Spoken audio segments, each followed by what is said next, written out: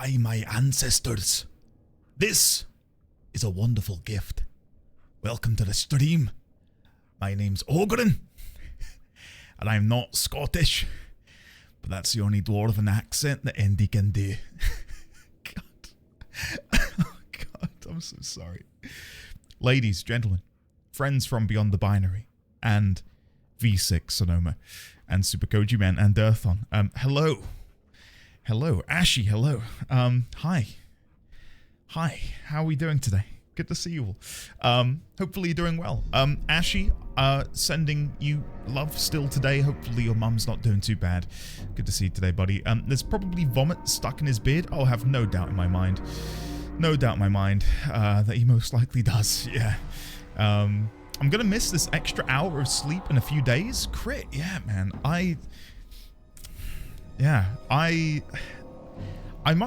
said this yesterday, I much prefer when we fall back rather than spring forward, because I know that's even harder for you US folk, especially yourself, having to be here an hour earlier as opposed to an hour later. It's much easier pill to swallow, isn't it? You know. How are we all doing today, by the way? Welcome on in. Happy Tuesday. God, I almost said Wednesday. I don't mean to wish the week away, but it feels like a Wednesday for some reason.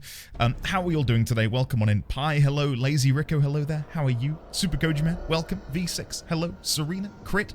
Andrew G319. Ashy Domus, who stole my spacebar, welcome. Dirthon, welcome on in. Gremlock, hello there. Meg, hello. Popping in to say hi. Gonna be lurking while I do uni work. Good luck with the university work, Meg. I'm guessing you've started like a new module. I'm trying to think of like the way they handled work at my university. And I want to say like October going through to December was like a whole new module for me. I don't know if that was the same or is the same for you, but either way, good luck. Hopefully it goes well. Vosif, hello. I may pass out at my desk. Oh, Vosif. Well, don't do that. We don't want that happening. How are you today, buddy? Good to see you. I have cola ice cream. Pi, would you mind sharing? That sounds delicious. Nikki, hello there. Megastay, hello. Yo, Sarah, good morning. Brandon Burkhart, hello there, Brandon. Welcome on in. Seeker Railx, hello. Fig, hello. No, sorry, can I repent? No, you cannot, Fig. You've broken the chain. How dare you? Daphnix, hello. It is lovely to see you today. Hopefully you're doing well. Mazira, hello. Asterin Whitethorn, good morning. How are you? Welcome on in. Good afternoon, Indian chat. Good afternoon, Shadowclaw. Welcome on in, sir. How are you today? Jump scare for real? It was a toss-up, right? Between Ogren, or we could go over to... What? Shale's not too happy. We could go over to Shale. We can, like, have Shale looking at people. But Shale glows because of the icy weapons, which is frustrating. I don't like the strobing light, to be honest. We could go to Morrigan, I guess. Maybe Morrigan's what we should be doing. Let's see. There you go. Does that feel better? I don't know if it does. I feel more unease than I did before, to be honest with you. Piptown, welcome. How are you today? Kayata, greetings all. Time to work and lurk. Enjoy the lurking and the working, Kayata. Leonix, hello. Oh, that looks like a new companion. It is indeed. We finally have a dwarven companion, and his name is Ogren. And he is the husband, or I don't know if they're still together. It's insinuated that he's an ex-husband, but it's never been stated as such by him, so I don't know. Ex-husband of the Paragon Branca, who went into the deep roads about 2 years ago and never came back. So yeah, that's the current situation. I don't know what we're gonna find, but it felt right to bring him along. And of course we've got Shale too, because what we are looking for is the Anvil of the Void, which is what they used to make golems centuries ago. And it was mentioned that Roderick found Shale here, or Shale insinuated that this is where Roderick found Shale. So we've got Shale along to hopefully shine a light on that and how exactly that all came to be. And of course Morrigan's here because she's our wife. So yeah, that's the team, and that's why we've brought them along. I did say yesterday that I'd like to bring along Sten. And when I say I would like to, what I mean is I feel peer pressured endlessly by you guys to bring him along. Yeah, I do feel bad that I've not taken the time to get to know him. It's just I've had no real desire to do so, nor have I come to a point in the game, again, where I feel like I need Sten. There's not been a moment like that yet. Maybe it's because I don't know enough about him, which I concede is my problem, and I will fix it today. We'll play with Sten as much as possible. Yeah, sorry about that. Gundanium, good morning, Indian chat. Good morning, Gundanium. How are you today? Spellbound Tutor. He looks exactly the correct level of drunk to be here. I had been saving all of my alcoholic gifts for him, and I did say yesterday I felt a little... I felt a bit evil doing it, because his backstory and the codex entry for Ogryn, it paints a, dare I say, sobering, or in this case drunk, picture of the dwarf that he is. In his cups, drinking himself to sleep most nights because he wants Branka back. And it feels wrong of me to be like, hey, I know we've just met and you've just told me this really tragic backstory about how you've turned to alcohol in order to process your emotions. I've been saving every single alcoholic beverage on my journeys for you here. You know, it felt a little bit weird, but we are now plus 40 with him, which is pretty good considering we just met. But yeah, it did feel a little bit tone deaf of me to do that, you know, and just like funnel him alcohol. Anything else I can get you? So it's my bad. It's my bad. Anything else I can get you? I love that sound alert. Good morning, Andy Chat and Ogryn's beard here. How are you today, Luke? Good to see you, man. I did not realize Garrett and Kyle had preemptively made a thumbnail and posted the news about Phasmophobia on their YouTube until today. Yeah, for those who missed it, I'm live every day this week apart from Thursday, aka Halloween, because I'm guest starring on the Grinding Gear stream playing Phasmophobia, which I don't own, but I did once own. A friend of mine said, mate, please, it's a co-op game, I'd really like to play it. Can you buy it and play it with me? I said, yeah, sure. I don't like scary things, but I'll do it for you. I made it an hour in, and I said to him, I said, I'm very sorry, my friend. I'm submitting this for a refund. I have never been more petrified in my life. This is not for me. I am a scaredy cat. I will bid you adieu, and I'm going to disappear now. So I refunded it on Steam. I have like 1 hour of playtime in Phasmophobia, despite not technically owning it. Fortunately, it's on sale at the minute, so I'm going to grab that later. Chat, a lot has happened, you know, in the past 4 years. I'd like to think of myself as a more stern individual, more capable of resisting the urge to scream. So yeah, hopefully it goes well. And if it doesn't, well, they're going to be getting their money's worth of content out of me. Am I getting paid? No, but they're going to get their money's worth anyway. Yeah, I'm nervous. I'm nervous about how loud I might get. Because that game is petrifying. By my ancestors, this is a wonderful gift. Hello, Nikki. How are you today? Good to see you. He also looks like Ron Swanson more than I remember, and I can't unsee it. Hey, Grimlock. Thanks, man.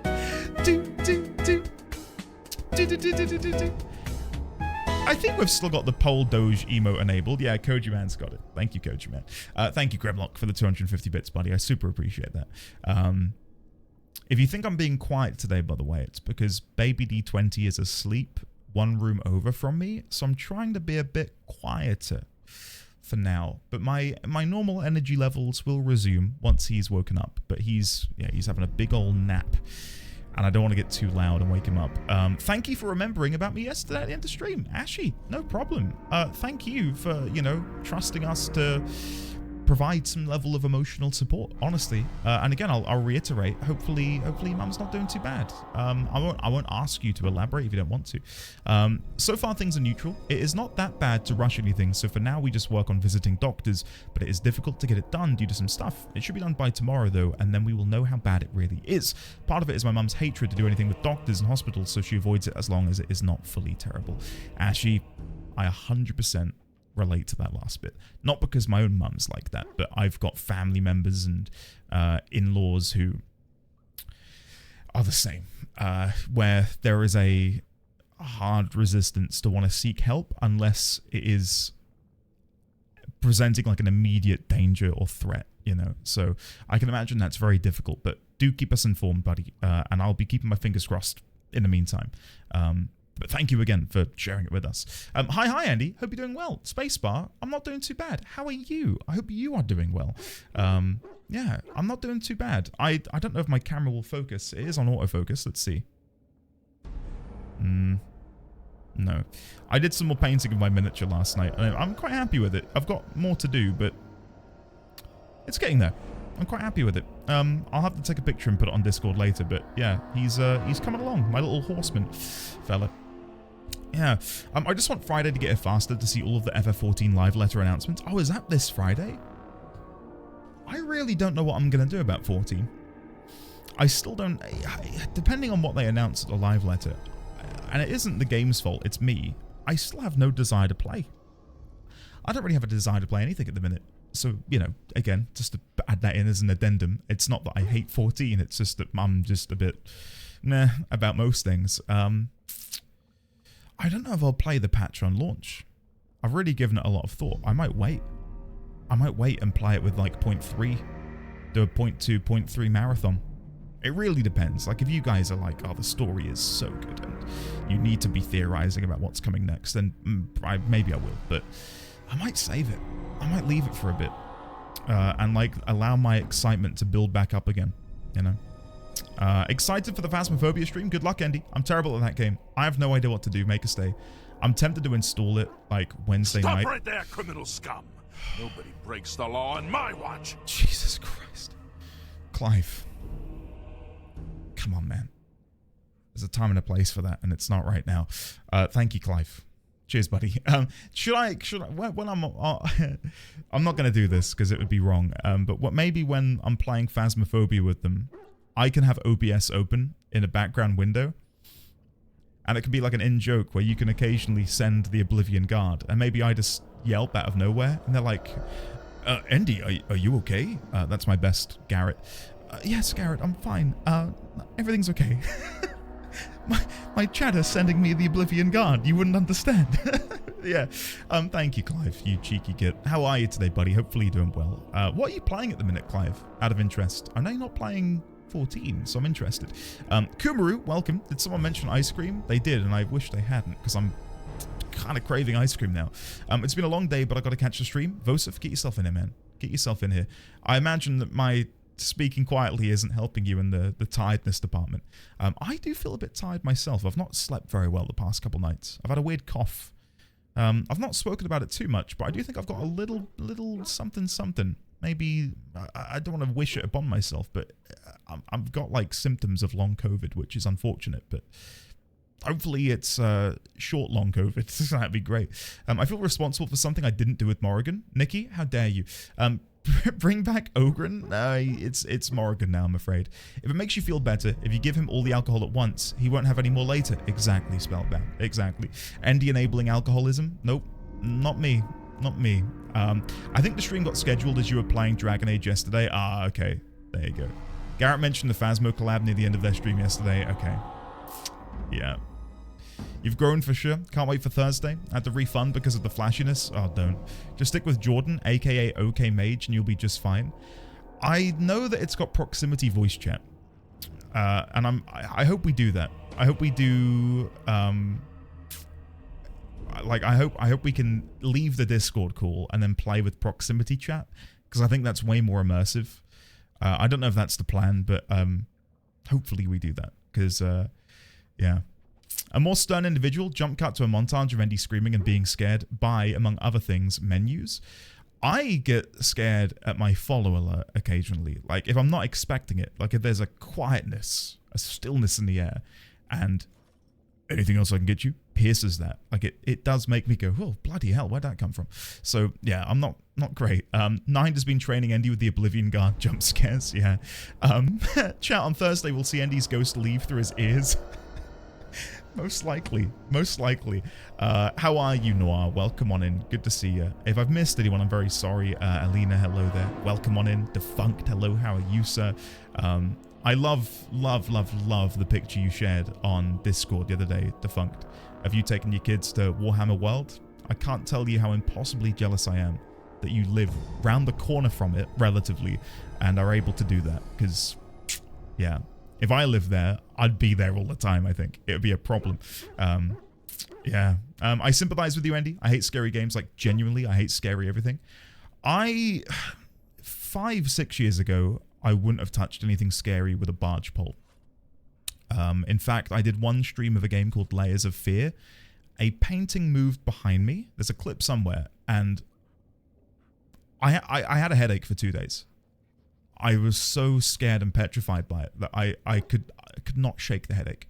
I don't do well with scary, but I have been thrown into the forge, as it were, and I have slowly but surely become a little bit more acclimatized to being scared. Slowly, very gradually, not to a great degree, but I definitely have built up a little bit of a resistance to scary things, thankfully.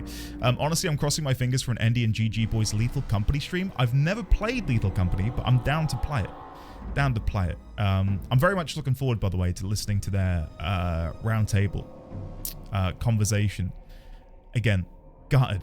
Absolutely gutted I couldn't be part of that, because I've got like a burning desire to chat about 14 and, you know, the future of it, more so than I have already with Jesse. I'll have to say to them, you can come to me and I'll chat about it with you guys. How about that? Maybe that's something we can do. Would have liked to do the Alliance Raid blind on day 1 with you. Oh, yes. Oh, yeah. Okay, shit. Maybe I will play it then. When I do the Alliance Raid, I'd love to have one of you wonderful folk giving, like, lore updates. Because it's Vana'diel, isn't it? Which is FF11. And I'd love to know more about FF11, the world, Vana'diel. Maybe that we run into the issue of maybe spoiling future Alliance raid wings. There we go, got there in the end. But I don't really care about that. I'd rather have, I don't know, like a deeper knowledge of what I'm experiencing from the perspective of people who have played that game. I think I saw Ike and Nikki talking about it on Discord earlier. Yeah, so maybe I can rope one of those guys in to come and have a chat with me. All you need to know about Phasmo is basic movement, and just remember to read what is given in game. The rest is more fun to learn while playing, so don't spoil yourself too much. Okay, right, okay. I won't play it then in that case. I'll just keep it there, ready to go. Hi, surprised your friends are still alive? Judge, I'm surprised you're still here, considering PoE 2 got delayed by 2 weeks. I thought you'd have been like me, you know, going for a long, brisk walk. How are you, buddy? Good to see you. I'm not a fan of Phasmo. I find it quickly becomes boring among other issues. Disclosure, I also found Outlast boring. Well, that bodes well. No, I'm looking forward to it because, again, I know very, very little about it other than walkie-talkies and speaking with the dead. Yay. Majestic, hello. Speaking of Path of Exile 2, how are you today? How do you feel about the 2-week delay? I understand why they're doing it. Doesn't mean I'm not slightly upset that we didn't get to play it sooner, but I can wait. I can wait. I played Resi 3 at the age of 8. I was born in horror, molded by it. Mr. Happy has a few FF11 lore videos. Oh, I'll check those out then. That'd be fun. Blind Alliance raids, always fun chaos. Where is Sten? I can't invite Sten along at the minute. Soon enough. Soon enough. Yeah, the delay is understandable, but I definitely needed a long, brisk walk. Yeah. It's... I don't know. How do I word it? Like, they could delay it until 2025 and I'd be happy. 2026, sure, whatever.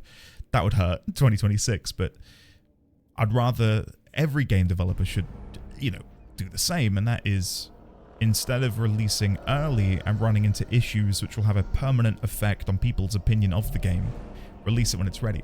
Path of Exile 2. Leonix. Yeah, Majestic's got me. Phasmo was fun early on, then it becomes repetitive, but all those games are great like that. Also, if you want to experience the game that was the most scary in the 4-man co-op for me, Devour. Devour, okay. Let's not forget the important details. Alien Isolation, yeah, so because I'm not live Thursday on Halloween, what I'd like to do instead is maybe, again, I don't know exactly when, but I really want to do Alien Isolation. But doing Alien Isolation would eat into Twitch demographic and stats, and that's not good for me. So I think we'll do it over on YouTube. And just play Alien Isolation at some point. I think that's the plan. I genuinely loved Alien, so much so that I want to play Alien Isolation.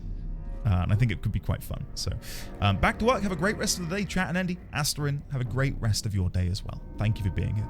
Shall we do the new Alliance raid together on OCE so NA can join? I think that's a great shout, Judge. A great shout. My first real horror game I played was Dead Space.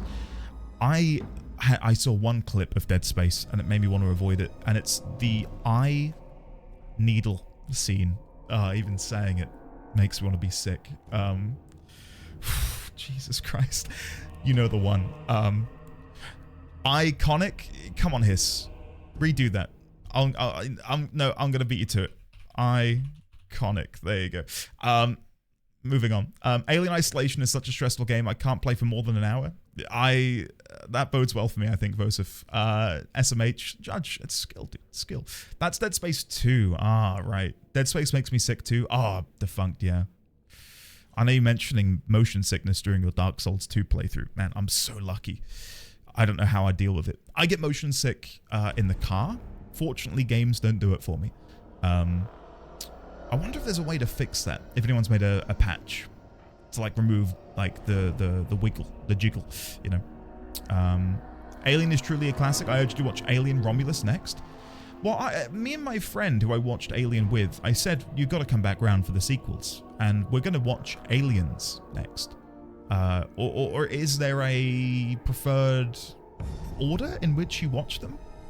Like, I don't know. Would people recommend going to, say, Prometheus next? I know that is, like, the earliest. Release order is best. Okay. Just skip Resurrection. Okay. Is that a hot take, or will others agree? I guess we'll have to wait and see. Alien, Aliens, and then you're done. Please, release order, skip Resurrection. Okay. Right, okay. Understood. Understood. Skip Resurrection. Dead Space was one of the very first, or very few single-player game horrors that I finished myself, mostly because I love the lore and that pushed me forward.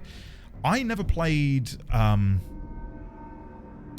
Bioshock for a similar reason. But hold on, let me explain. I never played it, and I liked the idea of the story, but the horror put me off. Like, I got an hour in, and there's a scene where, like, you see the silhouette of the big daddy and the little sister, and that was an Isle F Ward. Isle F Ward. I was petrified. I didn't enjoy that bit at all. Maybe we'll do Bioshock as well at some point. Yeah. I know Preach likes Bioshock, because I watched his reaction to Amarot, and he was like, damn, I love Bioshock, and this is like Rapture, and I'm like, I wish I knew what you were saying. I wish I knew what you were saying. Yeah. Same scene, it's awful, isn't it? Bioshock can be scary as a fellow scaredy cat. Okay. Majestic, if I play it, you got to play it too. And we'll get through it together. Bioshock is amazing. I never played Bioshock, but Preach is the reason why I still think about it, trying it one day. I'll add it to the backlog.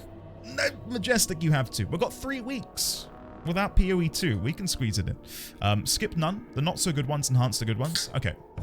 I probably will watch all of them. Yeah, at some point. I will add, before we play the game, I've seen the discourse online about Veilguard, and it's so predictable, like the things which people are saying about the game. I know nothing about the story. I've seen Alien Noir. Yeah, I watched it last Friday with my good bud, and it was phenomenal. I mean it. I absolutely loved it. You mean Woke Guard? Exactly. I'm not going to get into it because I could sit here for the remainder of the stream talking about it, but just burn Twitter to the ground, burn X to the ground. Let these grifters burn in hellfire, and let's all enjoy ourselves playing video games, shall we? My God, it is... I feel like I lose brain cells reading some of the takes I see online. You know, there's a gay character, and they're like, I can't believe it. They've gone woke. It's, have you played Dragon Age Origins? Have you played Baldur's Gate 3? It's crazy, guys. It's wild. It is absolutely wild.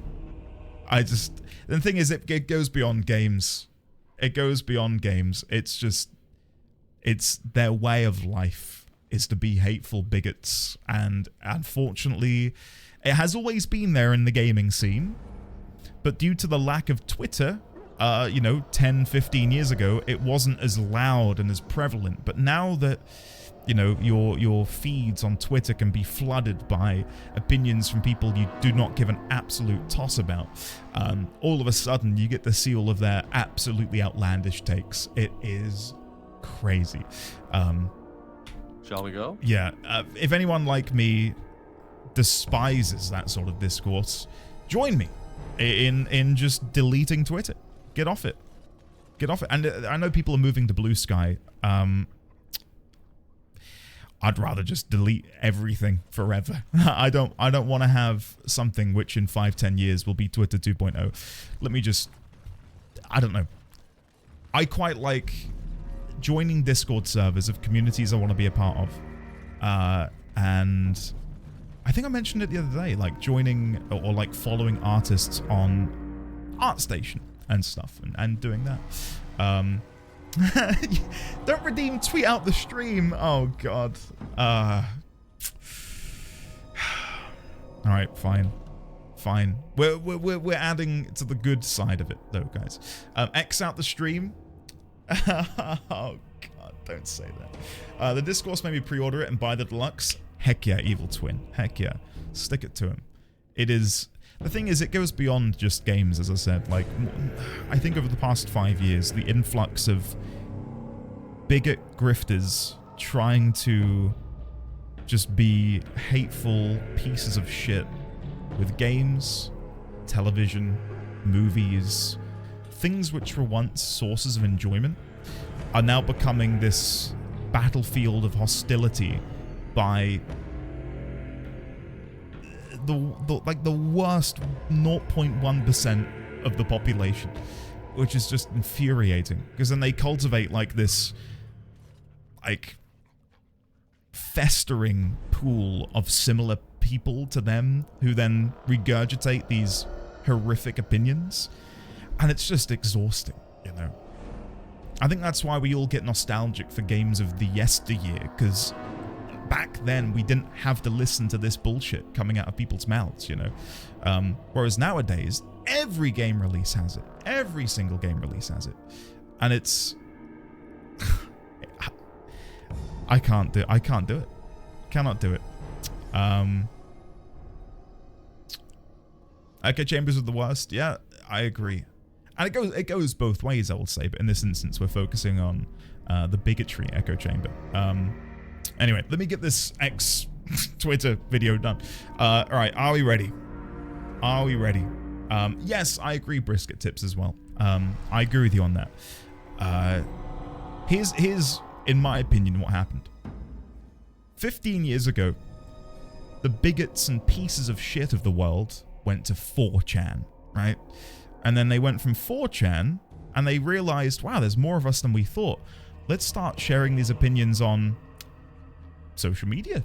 And then they start spreading it on social media, and then they like join together like this big ball of gloopy shitty mass and form these communities of just reprehensible people.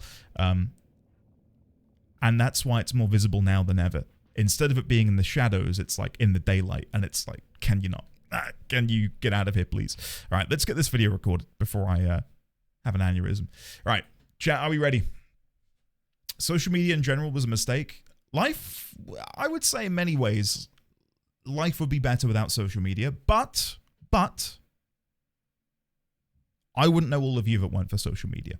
Because Twitch, in a way, is social media. There are so many good things which come from social media. And it's infuriating for me to admit that it is actually a good thing in a vacuum. Do you know what I mean? Twitter, YouTube, Twitch. There's so many great avenues to find people who you want to hang out with and get to know as friends or content creators or artists. Like, it's such a great tool.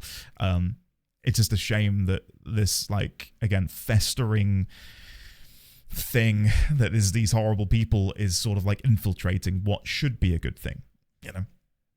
Anyway, let me get this video done. Lumi, hello, how are you today? DeviantArt was so good back in the day. I loved DeviantArt. And seeing like the art of the day, amazing. Now you're stalling. I'm taking a sip of my beverage. All right, how dare you? I'm so glad I got off X when the embargo lifted.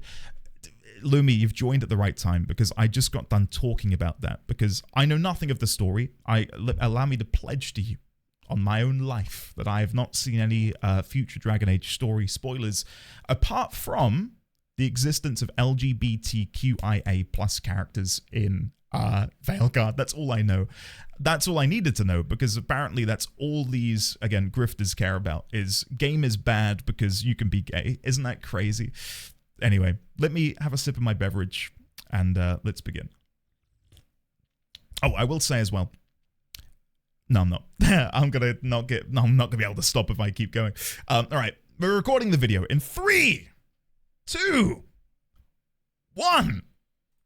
Why, hello there, Twitterverse, and welcome back to yet another Dragon Age Origins stream with your boy. We're currently in the Deep Roads, and we're making our way to the Anvil of the Void. We have myself, we've got Morrigan, we've got Shale, we've got Ogryn, and over here we have our beautiful doggo, Brutus Maximus III. So yeah, if you'd like to come and join the adventure, follow the links and stuff, I guess. There you go. If you read this, you need to subscribe. Too late, Nikki. Too late. It didn't make it in. It didn't make it in. All right, let's go post this to the shithole website. Right, where are we? Where are we? Right, one moment, chat. All right, I'm gonna need some hashtags. If you guys can prepare some hashtags for me, that'd be greatly appreciated. We are continuing our Dragon Age Origins playthrough in the run up to Veilguard's release. I'll mention first playthrough so people don't think I'm playing it for the second time. We are currently delving into the Deep Roads. What will we find? There's only one way to find out. Chat hashtags. Hashtag have a lovely day. Oh, have a lovely day. That's new. Hashtag taint cleanse. Okay. Hashtag in my cups. Hashtag stay happy. Okay. Cool. Post. It's out there. It's on the Xverse. Enjoy. Right, back to the game. Back to the game. What were we doing? He didn't see mine? Niana, what did you say? Niana. Where are you? Hashtag drunk Ogryn. I called Shale Slate? How dare you? How dare you? How could you do such a thing? I remember when everyone was rejoicing that you could do the deed with Zevran and Liliana in Origins back then. I remember back in the day when Tomb Raider came out and all the female protagonist haters. Oh, it's... No. I'd honestly, part of me would love to continue the conversation and delve deep into the minds of these hateful bigots and, you know, wax lyrical about how I do feel like I'm being drained of any intellect when I read their opinions. But we derail the entire stream and I do nothing. What I will say is, I don't know. There needs to be a great cleanse, a great purge. Fire needs to wash over this world. You guys will survive. I'll write in a good word for you guys, but yeah. We need something. We need something to happen, and quickly. We're running out of time. Am I going the right way? No, I need to go up. I see. Purge the taint? Oh god. Niana, no, it's true. Like,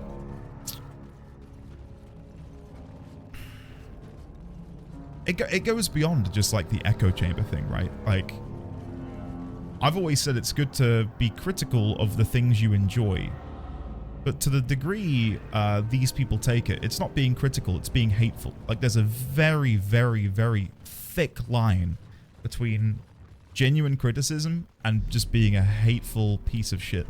And they like disguise it as, yeah, secretly I'm being critical. Like, this isn't, I'm not being hateful, I'm just being a, you know, very critical of the media I consume, which is bullshit, isn't it? Wow. Clive, hey. I have missed you all. I took the rest of the week off to recharge. Always happy to be here with this amazing community and an even more amazing streamer who's also my favorite Twitter influencer. Oh, God. Hashtag stay happy. Shit. Oh, God. Can we please, one and all, get some love and chat for the Clivey Bear, please? Clive, thank you very much for your continued support to this here stream. Can we please, one and all, welcome back the lovely Clive. 17 months at tier 3.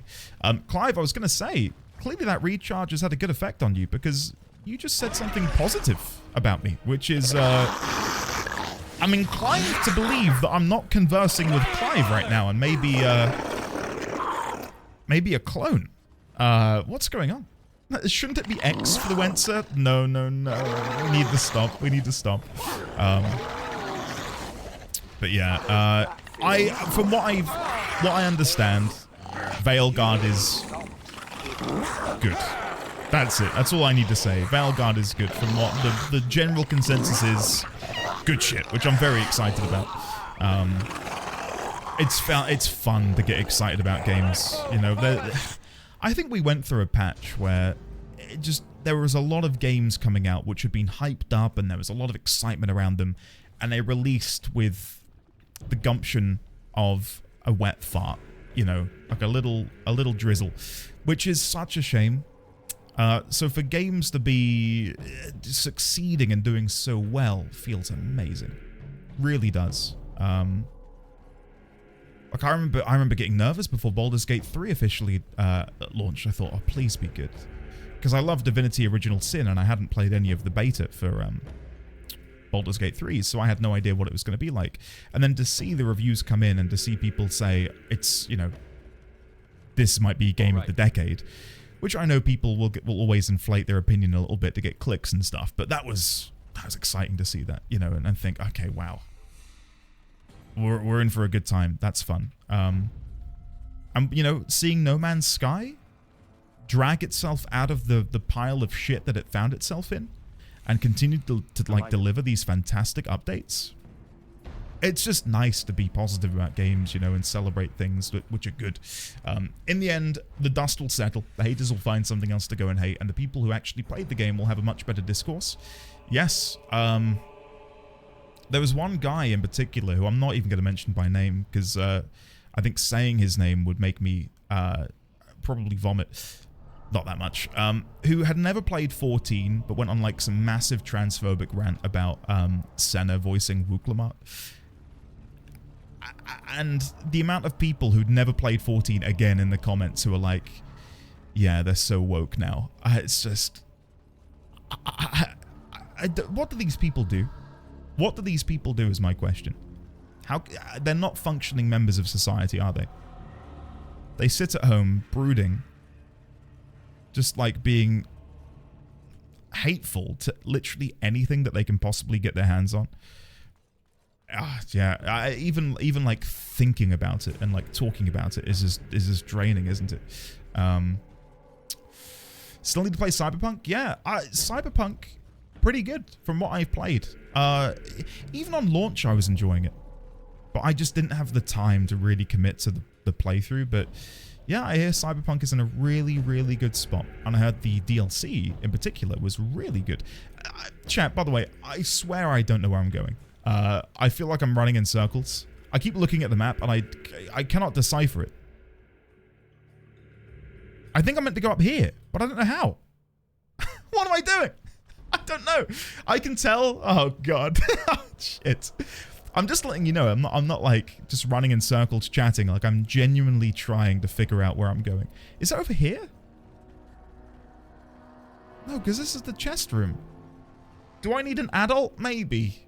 Maybe I do. Maybe I do. Yeah, I don't know.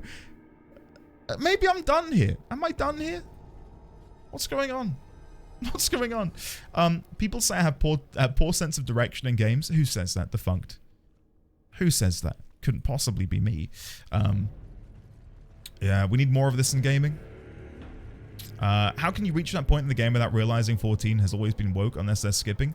It's because they're parroting opinions from other bigots, pretending that they came up with that daring opinion themselves. It's, yeah, anyway. I'll nip the conversation in the bud so we can be somewhat optimistic about other things.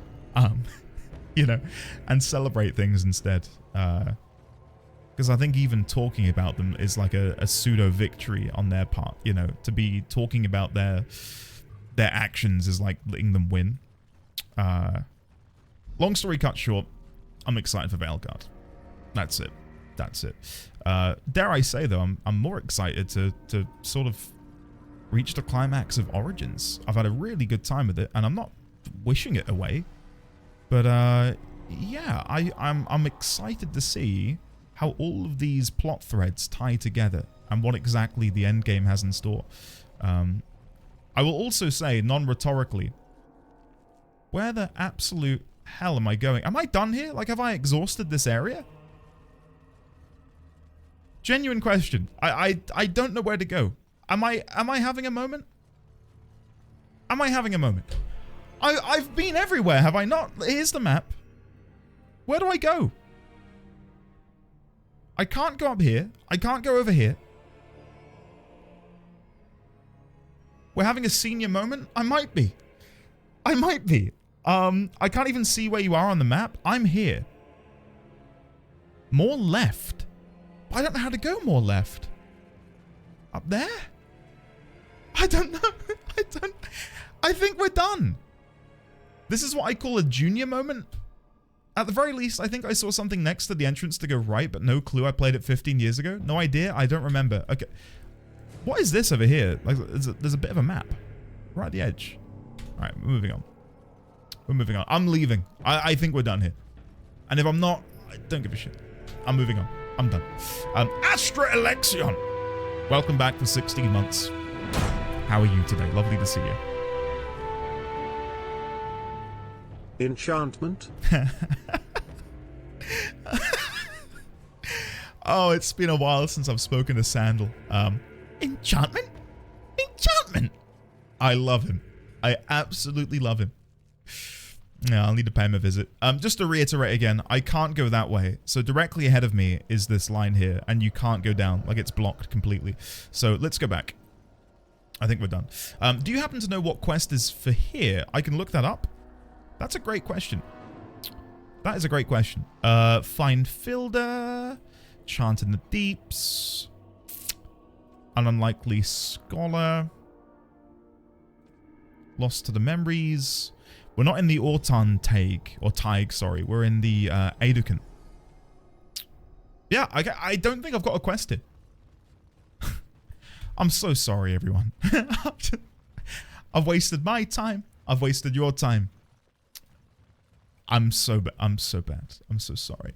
And this is the other road which we couldn't follow. It goes northward, but we can't go in there because it's lava, unfortunately. It's just an explorable area? Okay. That's my bad. That's my bad. DA2 does this too, where they'll wall off some parts of a level, but leave it on the map itself. Right, okay.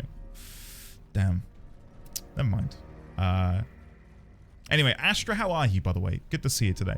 Allow me to plug, the lovely Hiss Lizard has opened up a private Valheim server for Knighthood members to go and play Valheim together. It is low stakes. You can just go in, hang out, build a base, collect some wood, whatever you want to do.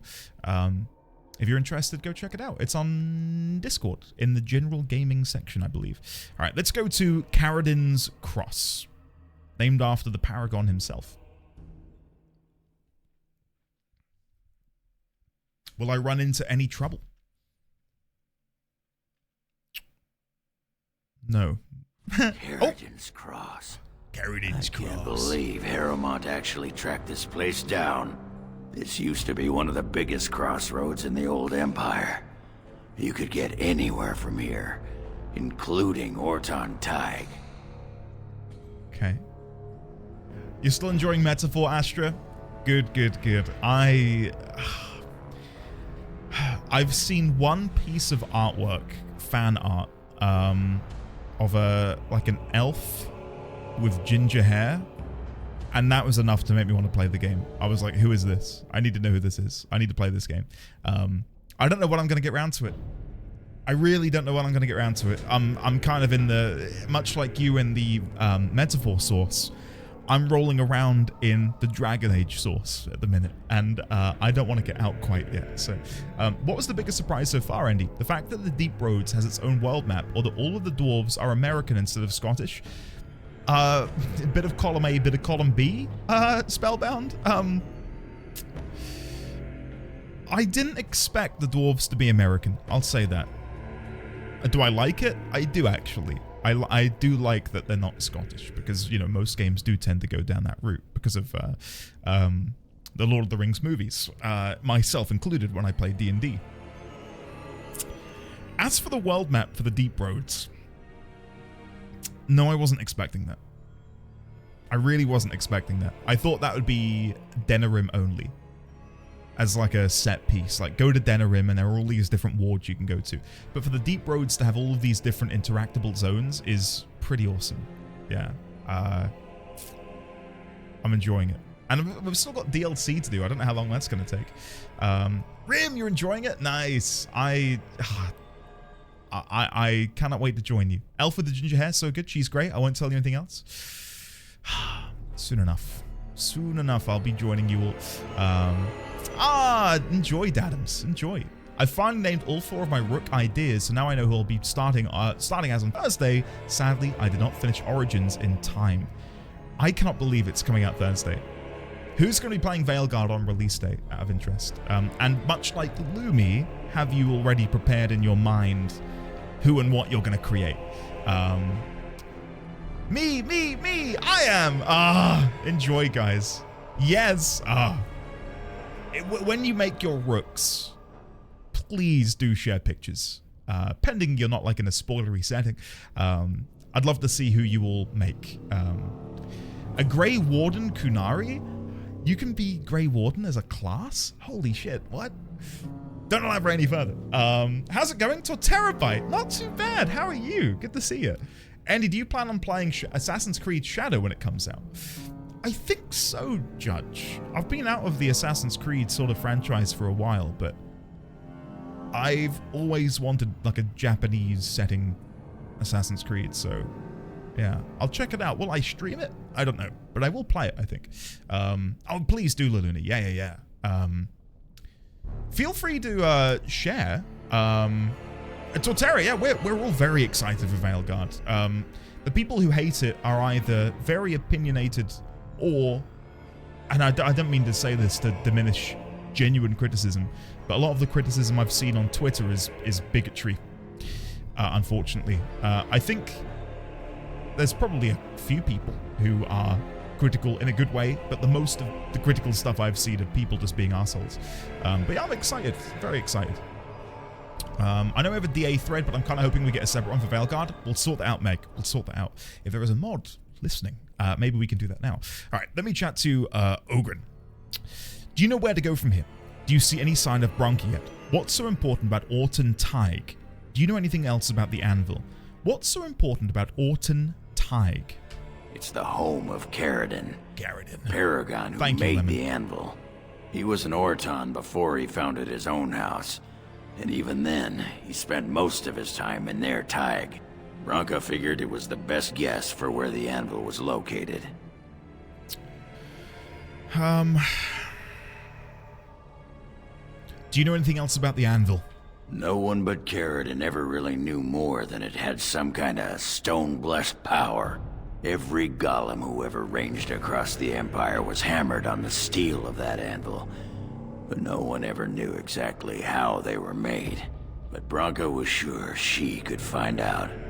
Oh, I really, really, really am looking forward to Shale having some sort of dialogue there. Do you know where to go from here? Aye. Branka dug up some maps of the ancient empire. It's a little tough to tell with so much of it collapsed now. As near as I can figure, we're on the right path to Orton Tig. Great, let's go. I've been waiting for someone to say that for 2 sodding years. I'll quickly mention this. Ugrin approves +10? Holy shit, come on, that's good. I was very quickly going to mention, because I see Torterra bring it up. People are so negative about Veilguard. I want to be excited, but because of the negativity, I kind of don't want to play it anymore. There is a saying which is, comparison is the thief of joy. But I also think, to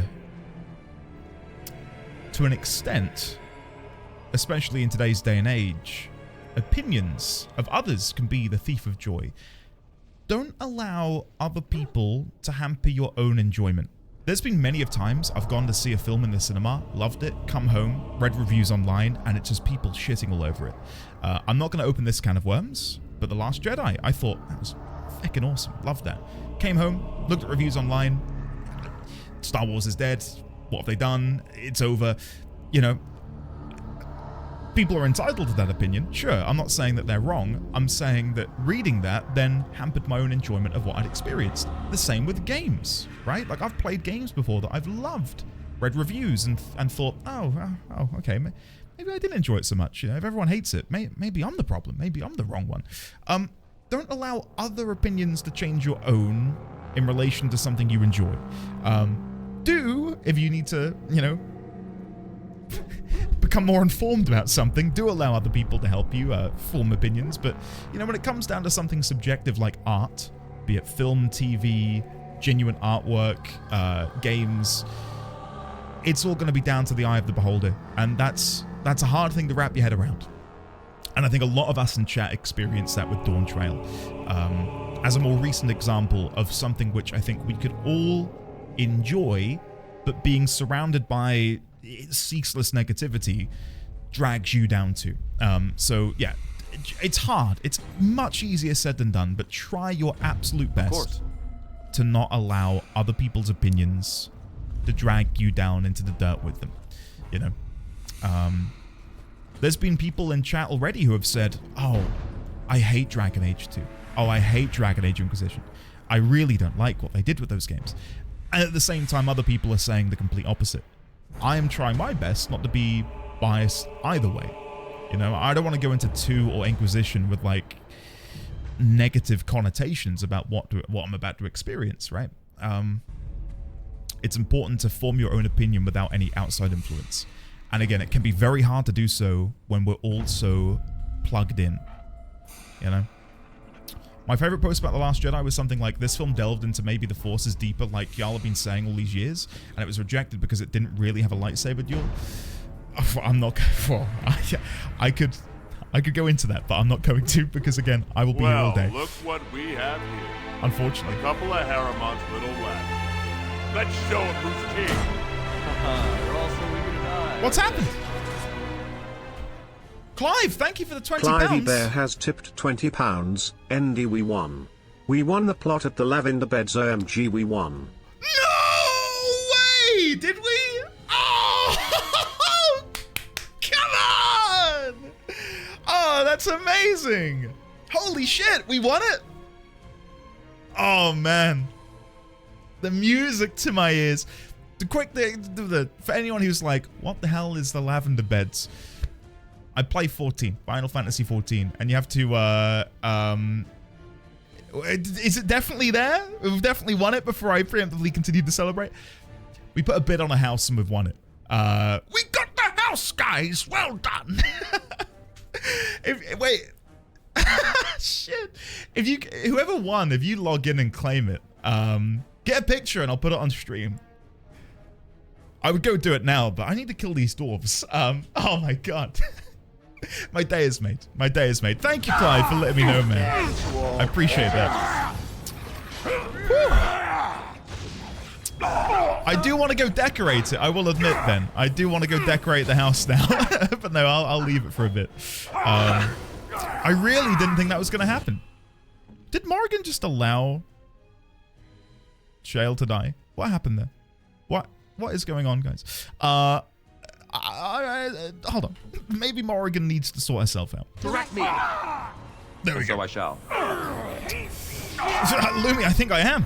I'm going to go buy a lottery ticket. Lumi, it's alright. I got what you were saying.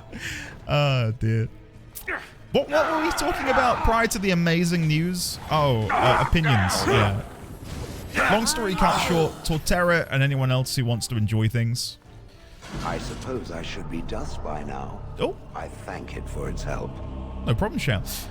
Yeah, just And so I shall. don't engage with social media. Basically, long story cut short, YouTube, social media, enjoy your thing, and you know, don't let other There was a people. man in the village who crush you. reminded me of the drunken dwarf. They had some dwarfs just like me, huh? Here we go. No, none of the dwarves were similar. They were quiet and respected, more or less. No, the one I remember was a human. He vomited in the street constantly. Then he wandered into a snowstorm and froze to death. Oh, Huh? And how was that like me? Did I say similar? I meant I hoped he was similar.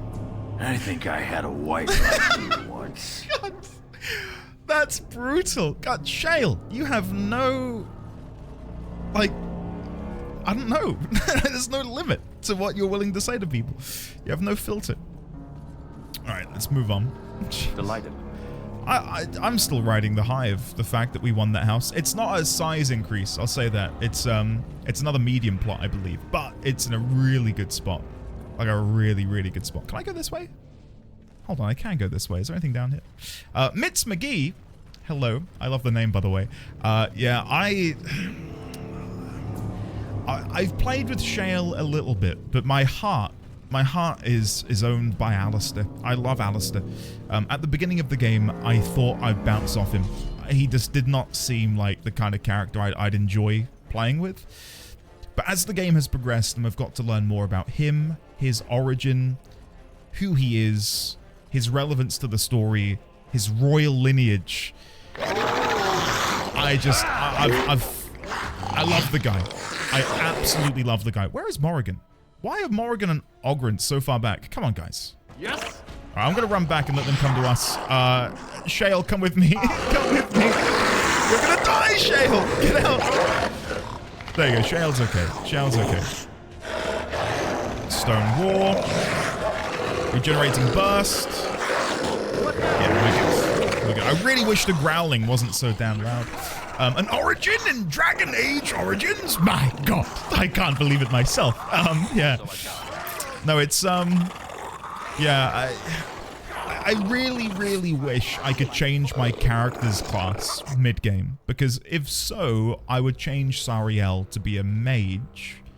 I'd have Morrigan be the healer. And I think I'd bring along... I think Alistair and Leliana. I think that would be my pick. Head in a bag. Okay, for people who missed it yesterday, we're having to collect various body parts, and presumably when we bring them all back together, it will summon a revenant. At least that's what I'm being led to believe. So, they're so far back because they can recognize when they're being baited into an ambush. Well, true. it was a very obvious ambush, I know. I discovered after seeing the Xenoblade X Switch announcement I'm on Cloud 9. Wait, Another battle speeds are is it Xenoblade X or is it Xenoblade 10? I've never played a Xenoblade game. How many are there? I don't know. Oh, Crit, come on. You guys were like, please play with Leliana. I finally do, and you're like, oh, I see. all right. Damn. X is in the letter. Okay. I don't think there are 9 other Xenoblades. Right, okay.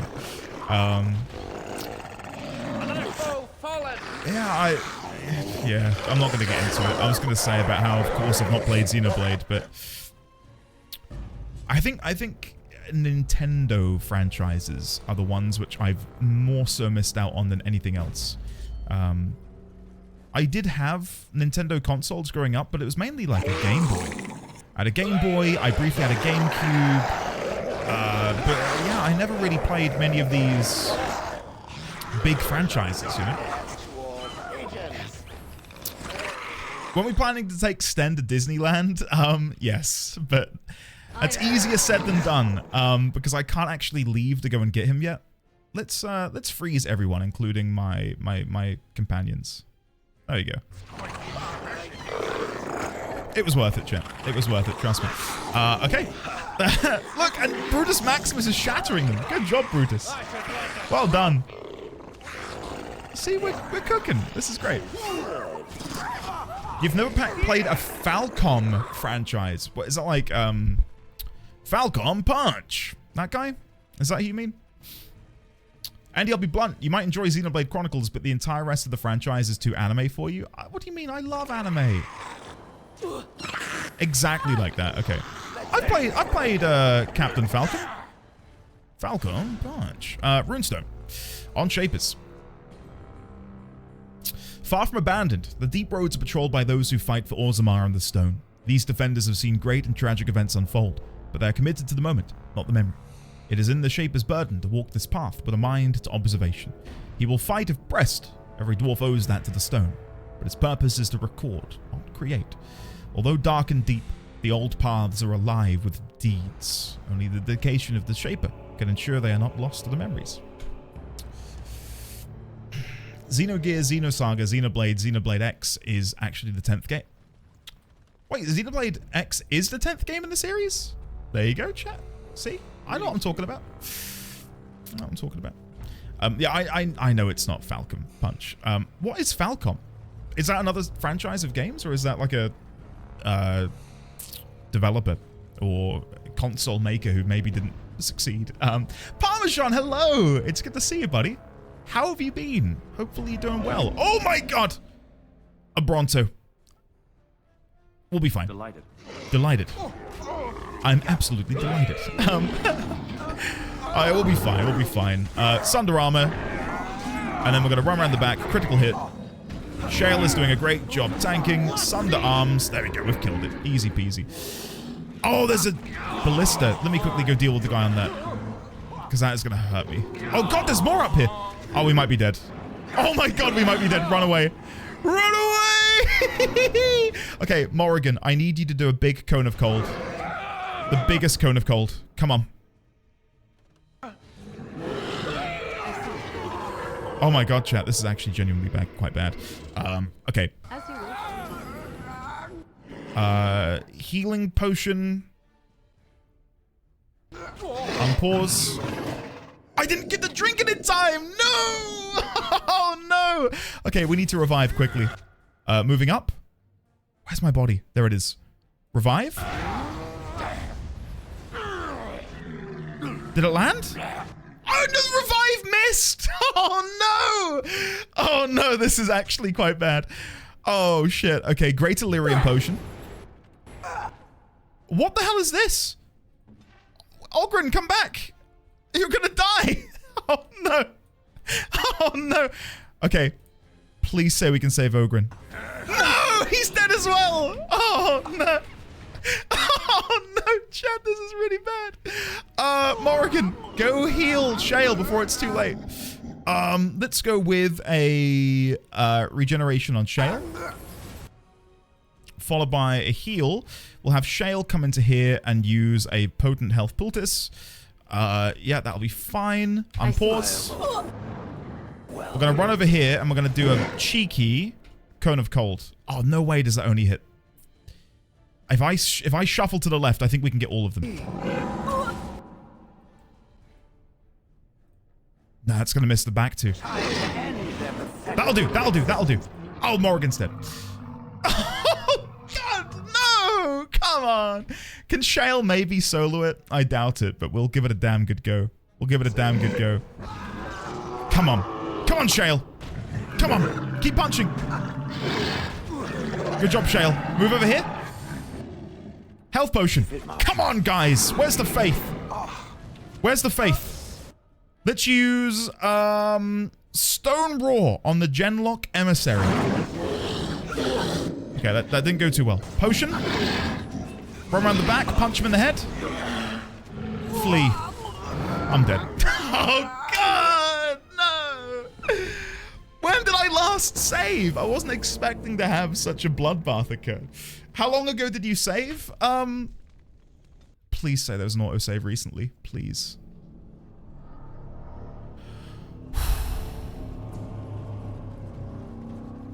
Well, look what we have here. A couple of Haramon's little lackeys. Let's show him who's king. I'm fine. Guys, we'll be fine. We can speed through. We can speed through. We know everything that's coming. We'll be good. Don't envy me. I didn't know how hard it was going to be. Come on. I'm upset. I'm upset. We're only like 6-7 minutes behind, right? I think, give or take. That's not too bad. What a newbie booby! Make some time! Not you two! You're one of the nice ones, make some time. Don't join them. I'm calling me newbie So I booby. shall. Alright, grab this, grab that. Let's move on. Thank you, game. Right, F5. After everything I do, F5. Am I breathing? F5. Am I opening a menu? F5. That's everything. People see in him. See in whom? Oh, In the warden. new dialogue. Jealous, are we? Jealous of him? Of course. A handsome man with women fawning over him. Oh. It must be very difficult for you to handle. I do not blame you your envy, however, especially considering that the chances of any woman who is not struck both blind and dumb of providing you the attention you crave is slight. Quiet, you. You can't get under my skin. Were I you, I would simply give up all hope of knowing another woman at all. Or have you already? A wise move, if so. Forget I said anything. Trust me, dwarf, I already have. Oh my god. Oh my god. That's love, chat. What me and Morrigan have is pure love. Oh my god, I'm so happy. I'm so happy. Alright. And so I shall. And so I shall. Now that I've acquired more party members, I know I asked very early on in my playthrough what party composition you all played with, but now that we have everyone, presumably, what party composition did you guys use? And more importantly, who did you romance, if anyone? Genuinely curious. As you desire. Morrigan equals word warrior. Slays with her words. She killed him, skinned him, chopped him, minced him, boiled him, and then made a stew. Alistair, Morrigan, and Wynn. I romanced Alistair. Did you have Wynn in the party to serve as a healer, or did you have her for her personality? Alistair, Morrigan, Zevran. Same as Meg. I was romancing Morrigan, and I had Shale, Wynn, and Sten. Sten? Really? Okay, I'm going to have to finally bring Sten into the party. At my next opportunity, I'll bring him in. I need to see what about Sten makes him so desirable. Because I have neglected him. I will hold my hands up. I have neglected Sten. You know that. I don't need to admit that. But still, I need to right that wrong and figure out why he's so good. Healer, but also her banter with Alistair was hilarious. Does she act like a scornful grandmother to Alistair? Like, oh, you petulant boy. I could see her fulfilling that, like, sassy role, you know. Romanced Alistair, had Morrigan, Alistair, and Zevran and Leliana. Daphnix, we're somewhat similar then. That would be my composition if I had to pick. I'd pick very similar. Zevran and Leliana are interchangeable. I think Zevran is fantastic, but Leliana, the more I've gotten to know her, I've really enjoyed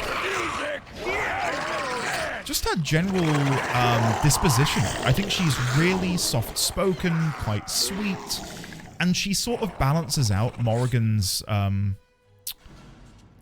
thorniness, shall we say. You know, like, I think they balance each other, and then you've got me and Alistair in the middle, the Grey Wardens, who are a little bit silly, and I quite like that dynamic. Whereas Zevran, I feel like he's less... For me personally, I don't feel like he gels as well with the party, but he himself, I think, is quite, I don't know, a breath of fresh air. He's quite cheeky, which I quite like. On my recent playthrough, it was myself, Dwarf Noble Warrior, Sten / Oghren, Leliana, Wynn. Of course. So, I guess you do somewhat get penalized depending on where you go first, right? Like, had I gone to Orzammar from the very get-go, I probably would have formed a bond with Ogryn. I probably would have come to really appreciate and love him, you know, as a character. But I'm picking him up in what I assume is the latter half of my playthrough, so I get less time to spend with him, right? In Origins, Zevran is my romance option all day, every day. And unlike some other games, the fact that he was the only same-sex male romance wasn't the only reason. Huh. I think getting to learn more about him and the Antivan Crows and who he was before he left Antiva has been really cool. They've all got really, really interesting origins, to bring the word up again. I think that's maybe another part of why Sten hasn't felt... I don't know, I've not felt the call of Sten. Because, I don't know, there's nothing about him which makes me want to know more. Maybe I need to force myself to peel back that layer and then find out more about who he is. Romancing Leliana, Shale, Sten. Romancing Morrigan, I have Morrigan, Ogryn, and Zevran. If I'm romancing Zevran, I'll bring him, Wynne, Alistair. Wynne is a cheeky grandma. Wynne is very much the mum of the group, and I love her for it. She teases him about where babies come from. I keep Morrigan out of my party because I maxed her approval, so now I can be nice to people. Ah, that makes sense. That makes sense. I enjoy having Sten and Shale in my party. I mean, Ogryn's fine, I guess. Sten gives out what you put into his relationship. Put nothing, you get nothing. I think it's because from the very get-go, there was nothing necessarily, for me, appealing about getting to know more about him. I viewed him as, oh, you would play with Sten if you are a more evil character. And I say that because when we meet him, of course, we're told that he was found at a farmstead with, like, dead bodies strewn around him, and the individuals who found him there said they've never seen a bloodbath like it. Like, it was carnage, like absolute carnage. And then Sten agreed and said, yep, that was me, I did that. That's enticing, but at the same time, if that means he himself is an evildoer, you know, I don't necessarily want that in my party. But maybe, again, maybe there's something more than meets the eye to that situation. Maybe I need to do some digging into why Sten is the way he is. So chat, I pledge to you, the next time I'm back at camp and I can change my party composition, I'm going to bring Sten in. I'm going to hopefully learn a little bit more about what makes him tick. Is Ogryn going to be okay? It looks like he's about to die. Surely not. Surely not. Surely not. He'll be fine. He's dead. Okay, I'm going to go deal with the emissary because this is the thing dealing the damage to us. So if I can hopefully deal with it, then we're good. Yeah, we're dealing some good damage. Health poultice, yeah, we're good. We got it. I vote for Sten and Morrigan, or Sten and Leliana. I mean, saying any of the companions you've met is cut and dry as a disservice to their writing. Yes, 100%. I agree with you. There you go. Yeah. He just fell by the wayside. Again, I think if I weren't a warrior, there'd be another reason for me to pick him up. But because he's always vying for the spot that Alistair had, I've always seen Alistair as the preferred pick, as it were. But yeah, chat, I'll play with Sten. Promise you. All I'll say is I love every party member in this game, but out of all of them, Sten is the Kreia of the game. What is Kreia? Or Kreia? I don't know what that means. What does it mean? F5, level up, and then we'll F5 again. Let's put points into Constitution. And then I think I'm going to put my point into Constraint. There you go. Nice. Kreia or Kreia is a character from Knights of the Old Republic 2. Right, okay. Knights of the Old Republic. Thank you, Winterfell. Thank you, Luke.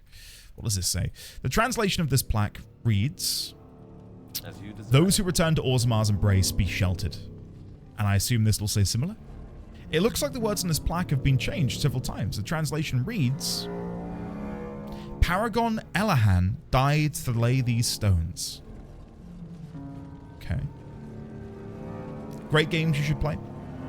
Do they hold up Knights of the Old Republic? Are they like, do they stand the test of time? I feel like I heard that they were remaking them. Or is that no longer happening? Or am I misremembering? Am I thinking of a different Star Wars property? Among the jumble of containers, there is a glint of something different. A small glass phylactery sits conspicuously on its own. The area is unnaturally cold. I'm going to take the vial. Here we go. It's Revenant time. All right. We should make quick work of it. I don't think there's anything which would necessarily stop us from doing a good job here. KOTOR 1 Remake is still being made? Ah, okay. Why do they bother? In that case, I think I'll wait regardless, but okay. The Rising stands up, the gameplay very much does not, but you like old RPGs, and I think you can get through them. There was talk of a KOTOR remake, but it's been radio silent for a while. When did they announce that? That must have been some years back. I wonder if that's something they would touch up in the remake, though. I know people are very protective of how remakes are handled. And I understand that. Having had some of my favorite games remade, for example. Hold on, can I do that? There we go. So I wonder if they'd be willing to touch up the gameplay a little bit. Or if that is one of those pain points where people would be upset for them to change that. This isn't good. I'm going to have to heal. This Revenant is not taking damage, unfortunately. Morrigan, take another potion. I'm going to drink a potion. Let's go for the revive, maybe? We could go for it. It feels a little bit needless. We'll do it anyway. There you go. Yes. Now we should be good. Honestly, if you can handle Origins, I think you can handle KOTOR gameplay. I think handling Origins is definitely one way of putting it. And so I shall. I know we had this conversation not too long ago. I think when I was playing through the Brazilian Forest section. But the gameplay of Origins is definitely the weak point. Everything else about the game is like AAA, and I feel like the combat hasn't stood the test of time. Maybe it's because I don't like the... I just don't like the general feeling of the combat, but it's not for me. I'll say that. I don't know which one of these is the new one. Definitely Red Kale. Nephimas Bigal? No. Argruth Masad. This one sounds new, maybe. Quamatha? Oh no, it's this one. You deny our dead their rest, and so you will also be hounded. Let the strength of our union bind you by your true name. Quamitha Kagat, revenant and perversion of an honored father. Though no spirit cage will undo what was suffered, Andraste hold you, demon, and bind your rage for eternity. Wow. Oh, and the sound mixing, yeah. Piece of shit.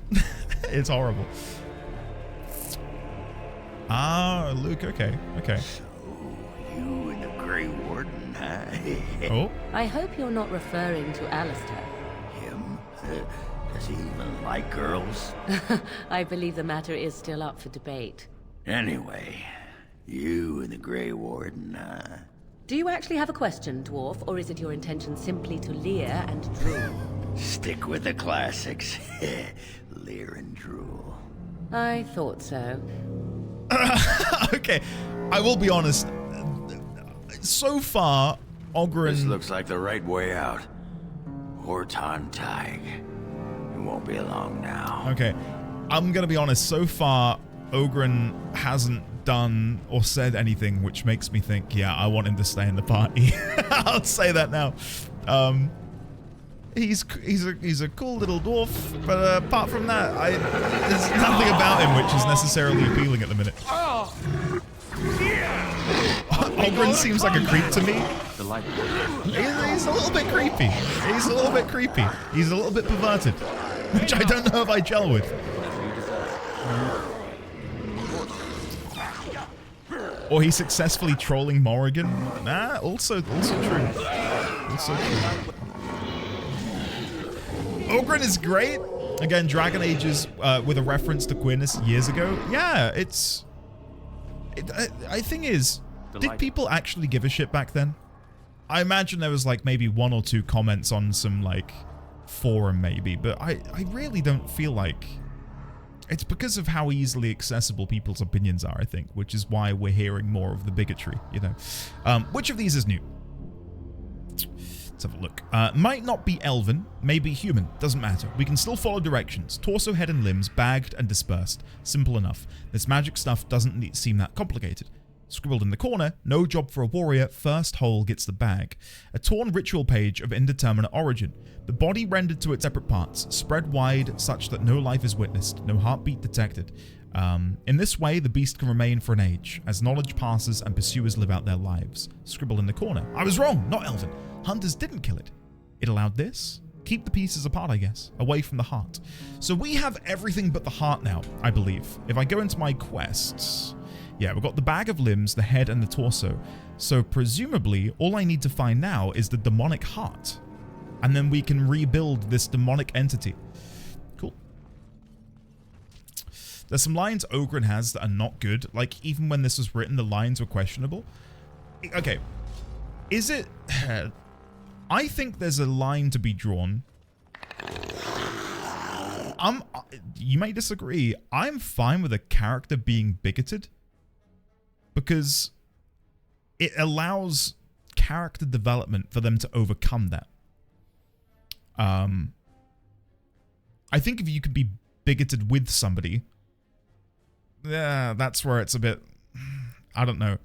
That's a fantasy that I don't necessarily think a lot of people want to live out. But having a character who is just a piece of shit is interesting if there is room for growth there. Like turning someone from being like a bigoted mess into like a functioning part of the group, the team, loving and caring, etc. That's fun. I enjoy that a lot, actually. So I don't know if Ogryn's lines are along that sort of gist. I'm fine with that. Pending we can, you know. Seems like a character from 2009. Like Walker's views of Al Bhed in 10. Yeah. That's putting it lightly. That came out of left field because I was loving Walker. I was like, this guy is such a goofball. Oh, and he's actually deeply racist. It was like, oh, that's a shame.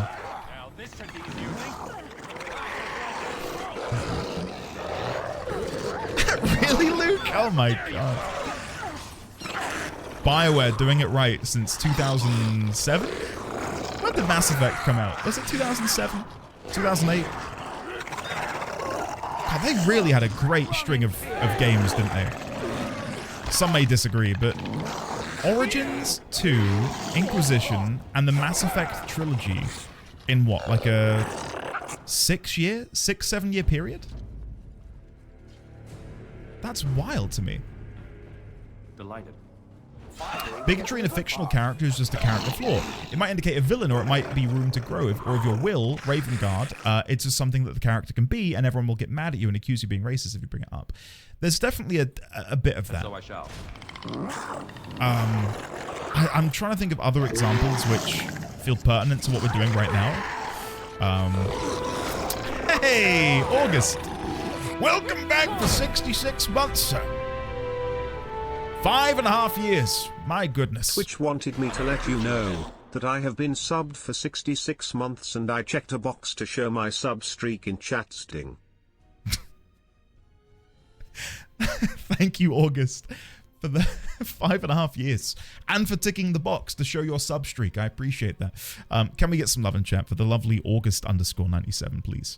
Once upon a time, I'm gonna make you a bit embarrassed, August. August hasn't always been August. Once upon a time, August used to be called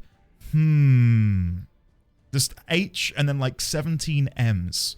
And if you find an old clip of this stream, you'll see him in the chat as 97. And it was the most infuriating name to say out. I was like, thank you for the resub. I always sounded so devious about what I was talking about. But August, thank you, buddy. I do appreciate it. Mom, August is streaking in the chat again. Oh, God. So I shall. Anyway, look how far we've come, August, huh? Amazing. August, did you hear the good news? Did you hear the good news? We have won the free company property in 14. It's ours. Isn't that amazing? I need to log in after stream today and go check it out. But we won it. And it is a really good plot as well. Like a really good plot. Oh, is this the sarcophagus with the heart inside? No, it's not. Never mind. Cool. Right, moving on. There's apparently a demonic heart somewhere, guys. And if I take these body parts back to it, presumably I'm going to be summoning a vicious demonic entity to come and fight me. Thank you, Raylex. Yeah, I found out earlier through the lovely Clive, who let us know. Yeah. Very exciting. The Crosscut Drifters. What is this? All right, hold on. Let me have a quick sippy. Here we go. The Crosscut Drifters. Fools and renegades, the lot of them. We accept that there is a time for ordered and educated treasure hunting, but not when a foundation remains to be cut. What fortunes have they made? What houses have they elevated? The minor veins they have traced have satisfied neither this assembly nor their own gambler's thirst. Their actions can only grow more erratic and undisciplined, and while no incidents have been reported, they will eventually undermine the stability of a major passage. It is the opinion of this assembly that prospecting be restricted until we can be certain of the stability of the deep roads. These cross-cut drifters can find their fortune in a trade that animals burrow whenever their nose points them. Dwarves are meant to excavate by careful degrees. From an assembly memorandum. And the fact that it was found in rubble probably doesn't bode well for them, does it? Honestly. Yeah. It had a cold iron rune, which, depending on who you ask, is a heart. Morrigan would agree. Morrigan would certainly agree. FF14 decorators, you might want to wait until the patch to decorate. You can choose the interior style. Oh, shit. Spacebar. Thank you for the heads up. We might delay in decorating then, in that case. Howdy again, Nats. I've conquered the shopping. Hello, Hiss. Congratulations on conquering the shopping. Did you get anything that was particularly nice? Anything good on the shop?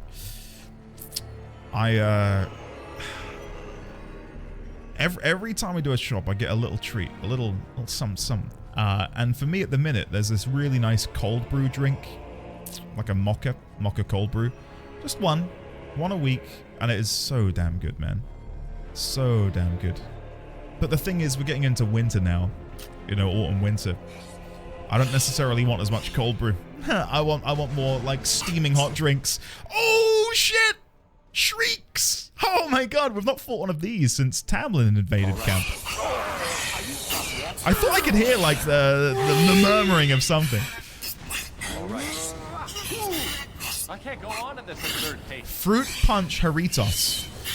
That is a flavor I'm yet to try. There's a website that us British folk can use where... Oh shit, there's an ogre. Oh my god. I should have F5'd. This is bad. Where you can buy like American imports and stuff. I'll have to see if they do the Fruit Punch Haritos. Give it a go. I've not had one in a while. They were nice. They were really nice. Maybe I'll have to buy like a few of them for Christmas or something. Massive attack? Okay, I think we can just like strafe around like we did the dragon. I think if we just move around, we can avoid being attacked. Yeah, like I can just keep strafing. And then move? Ah, see? If I'd moved quicker there, I probably could have avoided the charge. Oh, that's not good. No, he's squeezing the life out of me. Heal me, Morrigan, heal me. Ah, she saved me. Thank you, Morrigan. We're good. Andy, did Oliver and Clive tell you the good news? Dawn? They did indeed. Right. They did indeed. I am giddy. Genuinely giddy. I cannot wait to log in and have a look at it. Hiss. It's good to see you, man. To go back to you being here. Hi. You may have missed the news as well, Hiss, but we've won the house in FF14. We have a new FC house in the Lavender Beds, and it is a gorgeous location. It's really, really... I'm so excited to go and have a look at it. I think I saved. You guys said F5. I don't know if I did F5. I think I did. Well, we'll have to wait and see.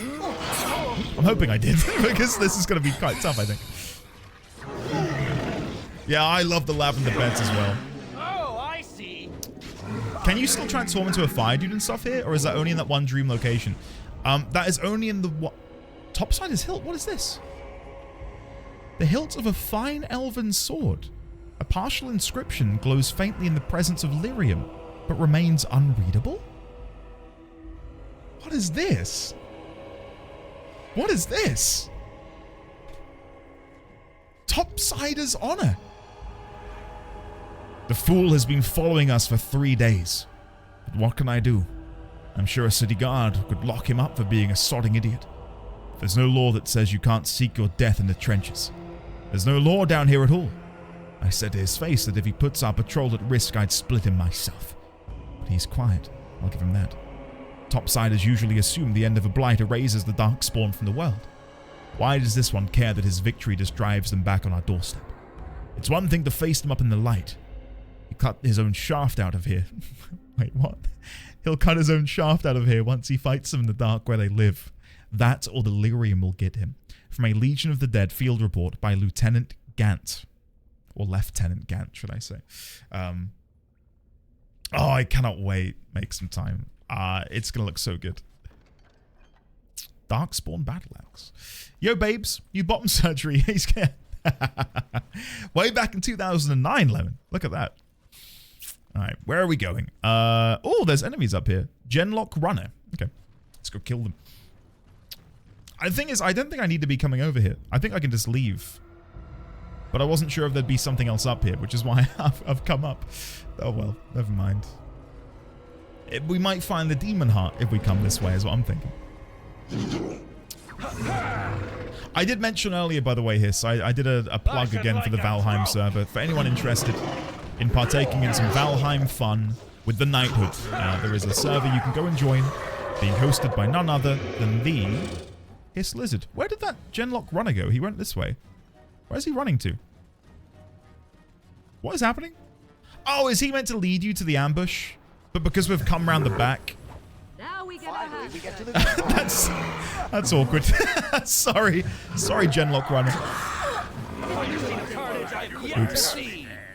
Luke, come get involved, man. Come play some Valheim. I'm gonna probably log in later and like chop down some wood. You know, he had one job and he couldn't even do that. That's painfully true. Poor guy. I will say I get why people maybe aren't necessarily the biggest fan of the Deep Roads. Again, I'm not hating it, but it is getting rather samey. I wish there was a change in visual. We've been in Orzammar for like 3 days, and it's just, I yearn for sunlight to touch my skin. That's all I want. That's all I want now. It's so yellow, yeah, and kind of drab and depressing, and yeah. Oh, here we go. Good job we did come this way. A statue. Orzammar History, Chapter 1. Oh, God. Oh, it's not too bad. All right, buckle in, chat. The memories tell us that our kingdom once reached far beneath the mountains, and that the Taigs were almost beyond counting. Kalsharok was the capital then, home to all of the noble houses, and Orzammar was simply the home of the miner and smith castes. It was with the Tevinter Imperium that things changed. Paragon Garal moved the seat of power to Orzammar to more closely oversee the trade that began with the surface. It seemed that our people were entering a new age of prosperity. The memories hold no explanations for the coming of the Darkspawn, only questions. At first, they were rumors, noises in the deep roads, a lost traveler here and there. The warrior caste sent men to patrol the road and thought the matter settled. We did not know that while we searched for them, they were engaged in a search of their own. Sleeping deep in the stone itself was the archdemon. They found him and awakened him, and the blight began. The Darkspawn poured out of the deep roads like smoke then, and the warrior caste struggled to hold them back. Countless Taigs were lost in that first blight, but as ever, in the worst moments of our need, a paragon arose. Paragon Educan led the defences of Orzammar, and the Dark Horde was beaten back. The cost of victory, however, was great. Much of the deep roads were sealed to hold back the Darkspawn, cutting off Taigs and even whole cities forever. Damn. The children yearn for not the mines. Yeah, exactly. We can no longer tolerate your flagrant disregard of this assembly and published excavation doctrine. The actions of your team have potentially compromised 2 future projects, resulting in an expensive redesign of the deep roads. Fortunately, development of the largest shaft will continue. or you would have faced additional fines. Claims that the stone is directing your actions suggest that not only are you ignorant of pre-planning procedure, you and your group may also be in the early stages of lyrium poisoning. You are in breach of Orzammar's mining code and hereby forfeit all claims made during your unapproved activities. The Assembly expect your response within 30 days, or your house, as well as those of your team, will face censure. Notice of Assembly censure. Here's your response. Take a long breath from a short shaft. B. Addendum by Brunar, founding fellow, Crosscart Drifters. Okay. Interesting. Right, shall we move on? We can go further down, I believe. Let's see. No. There's no way for me to continue going that way. Maybe I need to go for the southern exit? Let's try that instead. You have enough after 3 days. Imagine being a dwarf living there your whole life. Yeah, I'm good. I'm good. Sunlight, what are you, a surface dweller? Yes, I am.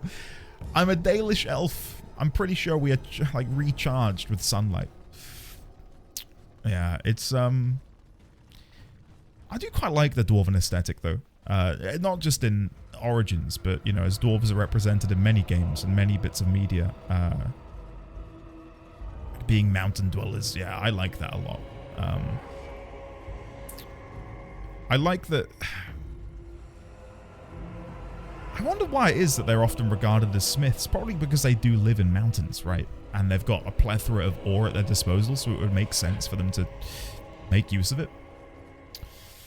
I can't handle the sun disappearing at 5 PM for the next 6 months. Yeah, dude, I'm with you.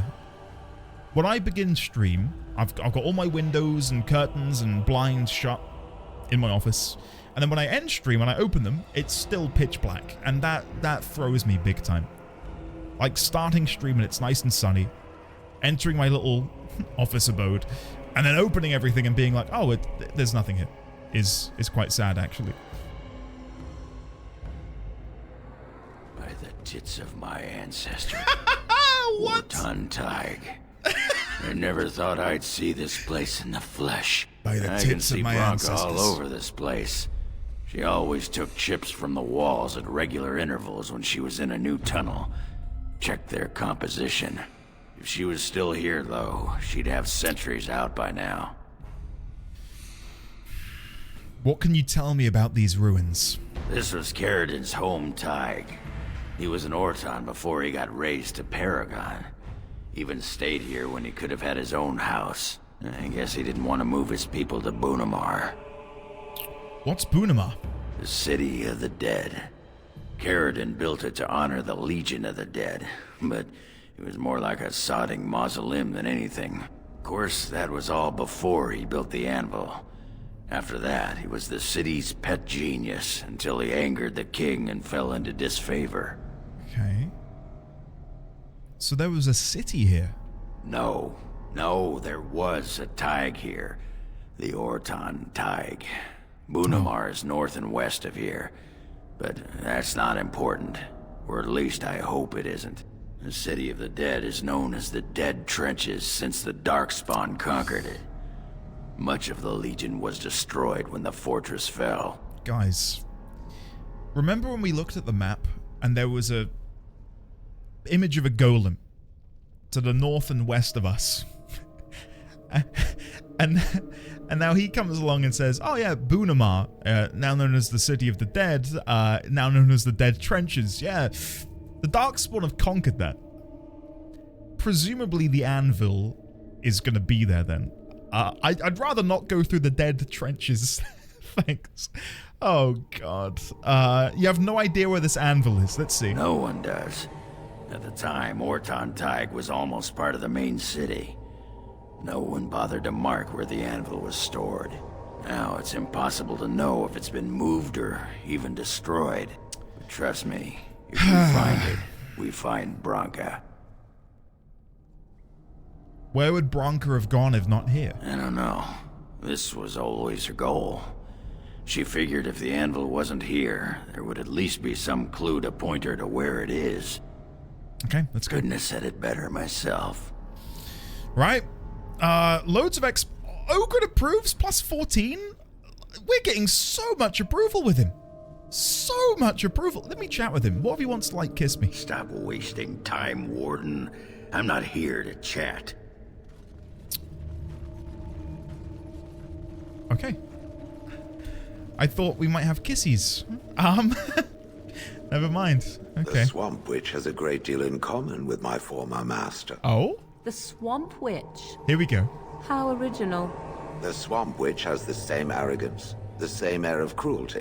I would hate for it to have possession of my control rod, if it still worked, of course. Let me tell you what you can do with your control rod, Gollum. Is it telling me that if the rod did work, that it wouldn't want control over me? I wouldn't go so far as that. I could, for instance, command you to go and jump in a lake. A very deep lake. It fools no one. The Swamp Witch would control everything if it could. It would have us all dancing on its strings. Oh, you know me too well, Gollum. Your revealing gaze has laid me bare. I will be watching the Swamp Witch. It must not be trusted. Now you're beginning to sound just like Alistair. Yeah, I'm happy that we romanced Morrigan. I really am. Delighted. You know, not that we were rivals, but it does sort of fit that rivals to lovers archetype a little bit. How we were somewhat opposed, where I was sort of like a bit carefree, somewhat overly positive, and then she is just the absolute inverse of that. Clips on corpse, delighted. Yeah, it's brutal. Some of the random dialogue in this game. Again, all I have seen of Veilguard is like a character model, and that alone has me so excited. Because I'm going to be having like a whistle-stop tour of Dragon Age over the past 15 years. And I think the technological leap I'm going to experience from having experienced this to Inquisition back to back, and then Veilguard is going to be really, really fun to experience. Real rivals to lovers is Alistair and Morrigan. No, I don't want answers to that. I was going to say, I wonder if you could have side characters romance each other. Because in Baldur's Gate 3, you could play as, like, Astarion, couldn't you? Or, like, you could play as Karlach, or you could pick any of the origin characters to play as your own. I don't think that was an option in this. Correct me if I'm wrong, I don't think I could have played as Alistair. I'm pretty sure you just go straight into character creation. I am shocked, Pikachu face, that you went for the Proto Shadowheart option. Yeah. Yeah. Of course. Now that you say it, yeah, it is sort of like a prototype of Shadowheart, isn't it? Now that I think about it. Yeah. A finer scene of carnage I have yet to see. I'm very predictable, if you couldn't tell. You cannot. Okay, thank you. You're always the Grey Warden, whoever you make. Right. Normie option? Imagine not romancing Lae'zel. I could have romanced Lae'zel, but I pissed her off, remember? She abandoned me very early on because I'm not going to talk about it, but I accidentally broke my oath and then pissed her off and she left. Because I went back to camp, didn't I? Like, I freed Lae'zel from her cage, and then I broke my oath in doing that, and then the game was like, go back to the camp and confront the Oathbreaker Knight. So I did that, then I went back to the game world to recruit Lae'zel, but she disappeared. I'm just saying, I would have given it a go. I'd have given it a go, guys. Lae'zel romance me. Karlach is right there! Now, listen. Oh, God. I really have a problem. But no, Shadowheart was my #1 pick, sure, but I did have like immediate regret upon like getting to know Karlach. Karlach had such like sweet puppy vibes, you know, like I just wanted to like love her and protect her and give her everything she could want. But I couldn't do that. Not to spoil how my game ended, but I couldn't do that, unfortunately. Yeah. I will say playing Origins has made me really want to go back to Baldur's Gate 3. Really badly, and do a second playthrough. I don't know if I'd do Dark Urge though for my second playthrough. I might do a second playthrough in my own time, and this is another trap, isn't it? And I didn't save. Oh god. I might go like a if I do Dark Urge, I think I would romance Astarion and go full evil, make him evil with me. But I might do a good playthrough and romance Karlach again. Your first playthrough was Dark Urge? It was not Dark Urge! Stop! Stop! Don't do this to me. How long must I fight the accusations? Until my last stream ever? Good Dark Urge is a great story. I hear that's a good one to do. And I'm not gonna lie, I kind of wish I'd done that with my very first character. Because it sounds very appealing. You stuffed the child's corpse into a tree? What happened to the squirrel? Both of those questions I'm gonna refuse to answer for various reasons. And I'm gonna sue you for libel. Don't know what you're talking about, guys. Instead, you were an evil regular person? Oh, come on. Don't do this to me. Hello, indignant spirit. A stone golem! Hey! Shale, look! It's a lesser version of you. Oh my god, actually they're a bigger version of you, Shale. Shale, can you get this big? Shale, why aren't you this big? Wait a second. My god, they're proper chonky. Let's talk about when Endy gave Scratch a bomb and blew it up. Oh no, that I will admit that's the closest to Dark Urge I felt I personally got. For those who for those who aren't watching my playthrough, I had a bomb in my camp. In Act 3, I believe, you can find it's odd, so bear with me here. There is a body of a dead girl in Act 3 that permeates a necrotic aura, and anything around the dead body takes necrotic damage. Anyway, I put her in a bag, and then I put her in a chest. The idea being, I could use her as a weapon later in the game. Fast forward like a week of streams, and I'm playing catch with Scratch back at camp, and I threw the ball a little bit too close to the dead girl, and Scratch ran into her necrotic aura, immediately dying, and there's a clip out there somewhere. I'm not using a dead child as a weapon. I am... I don't know. Stop asking questions. The dog, well, I didn't mean to. It was an accident. It's an accident, I promise you. D1000, welcome. How are you, buddy? Good to see you. I'm overwhelmed. Who's it? Where's he running to? No, come here. I want to chat with you. Come back. Silence. There's nothing for you here. It's mine. I've claimed it. How do you propose to eject me? Who are you? What are you doing down here? You've come to take my claim. You surfaces are all alike. Thieving scoundrels. Well, I found it first. Bah. He's a bloody scavenger. Good as sodding gone. Begone, you! You'll bring the Dark Ones back, you will. They'll crunch your bones. Word has it you can only survive down here by eating the Darkspawn dead. It seems like a mixture of that and maybe lyrium poisoning, though. Darkspawn blood is poison. Men have died from drinking it. Should I reveal that? Really? Why would they do that? That's disgusting. Darkspawn blood is poison. Men have died from drinking it. It burns when it goes down. It burns! It's my claim, not yours. Crunch your bones! Okay. Oh, shit. Hello there, giant spiders. Anyway, what was I saying? Alex, welcome. How are you today, buddy? Good to see you.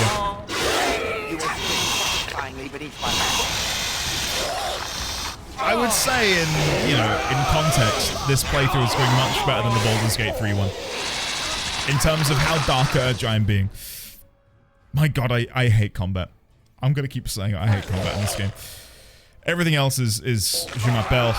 Combat is not. All right, let's go for a big cone of cold. There we go, and then we'll heal up. Winterfall, don't pay attention to it. Pretend it didn't happen. it can't affect you if you don't know it exists. Oh, thank you for linking the clip, Maker Stay. You get. Thanks, man. Yeah, Baldur's Gate 3 just it sparked something in me which I hadn't felt since like my earliest days of gaming. Like the sense of anything is possible. Like there were so many ways that you could tackle combat, so many ways you could tackle encounters, social situations. It really felt like they had thought of everything that a player might think up. And I really love that aspect of it. And I don't know how long it'll be until a game can replicate that. Or if a game will even attempt to replicate it, because it's such a massive undertaking. Oh, Pink Bun, I'm looking forward to 2 in that case. Just double checking I didn't miss something, because I swear we saw... Was it a chest to the right here? Was it up here? There was a chest we saw, and I couldn't access it. Over there. Altar of Sundering, Mystical Site of Power, book, chest. Oh, it is just around here. Okay, sorry. It burns, it bites, it freezes. Everything except characters reacting to nudity. It didn't have that, did it? No, I don't think so. Thanks, Crit. Cheers, buddy. Yeah, I miss it. I do miss it. I brought that clip up earlier as well, Crit, as being a reason why I'm a bit of a scaredy cat. that horrified me, man. 2 days of like this persistent headache from just screaming my lungs out.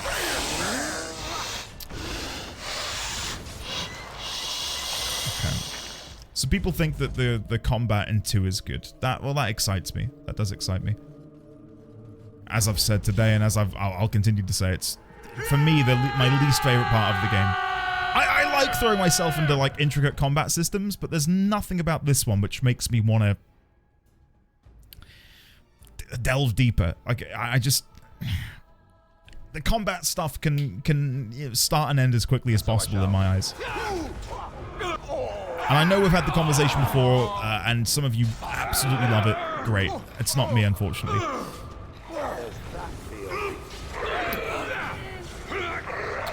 Having not played Veilguard, Dragon Age 2 is probably my favorite combat in the series.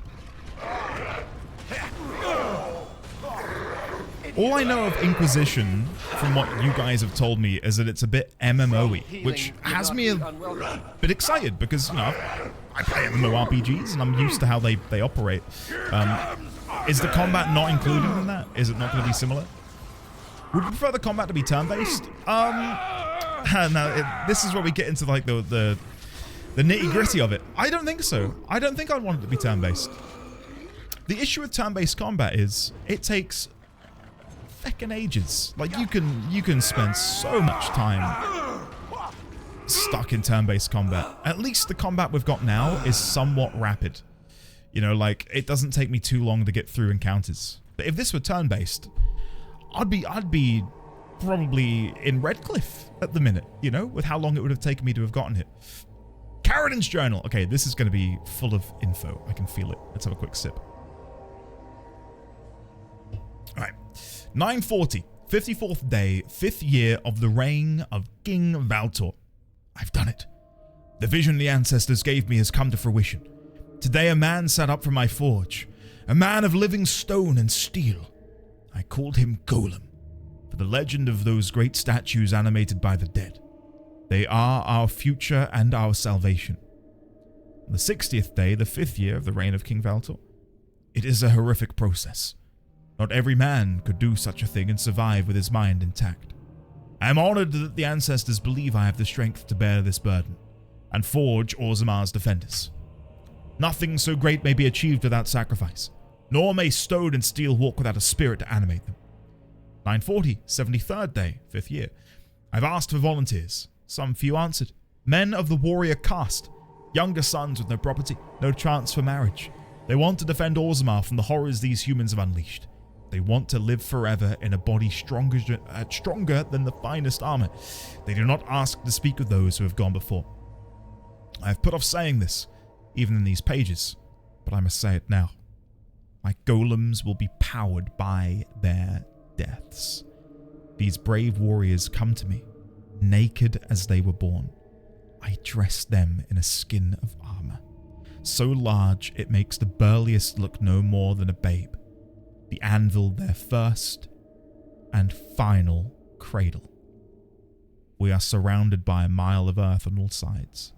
No one hears the screams as I pour molten lyrium through the eye holes, the mouth, every joint and chink in the armor. They silence quickly, but the smell lingers. Just a trace of blood and the greater stench of hot metal.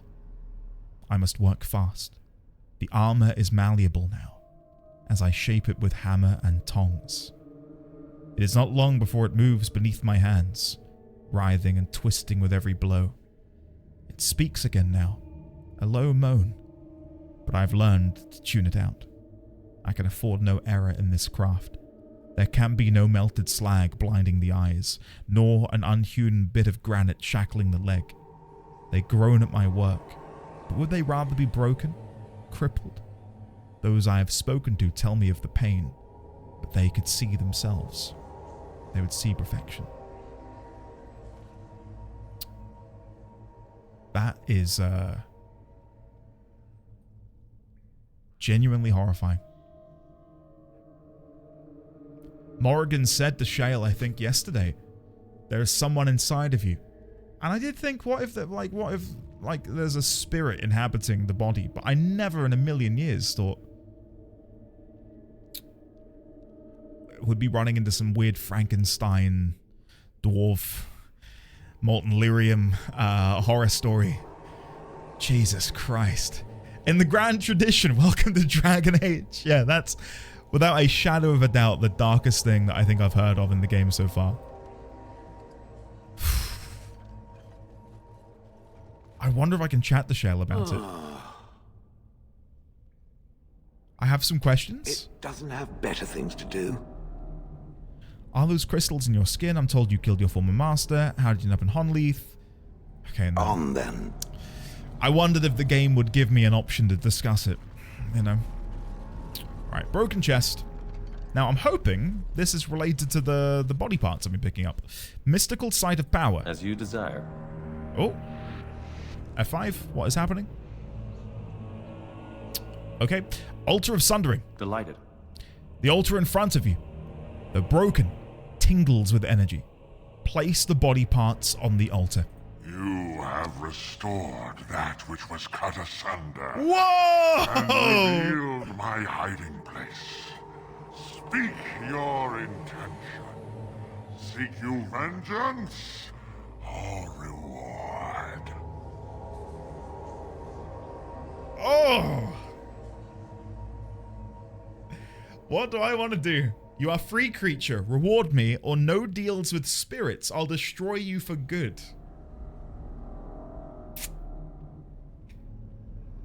I mean, the latter feels more dark urgy than anything, but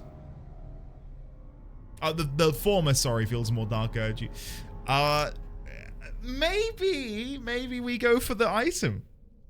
Maybe we go for the item. No deals with spirits. I'll destroy you for good.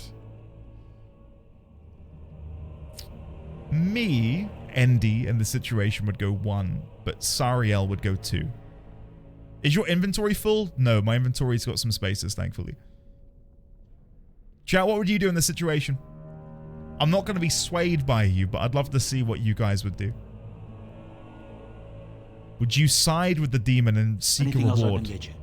Blimey, that scared me. Or would you, what's in the box? 100% always throw hands. I would murder the hell out of him. He looks weird. Kill it. I set him free. Smash. I don't have enough context to not pick one. Loot is good. Loot is good. But what if I kill him and then I get even more loot? You know? Maybe that's what we need to do. I'm gonna go 1. I'm gonna go. You are free, creature. Reward me. So be it. You are rewarded, and I shall toy with this realm another day. 25 gold is my reward? What? The limbs were meat, the torso a vessel, the head all but necessary, the heart separate keeps life. The heart, safe from the blade, can be restored. The heart waits in the fade.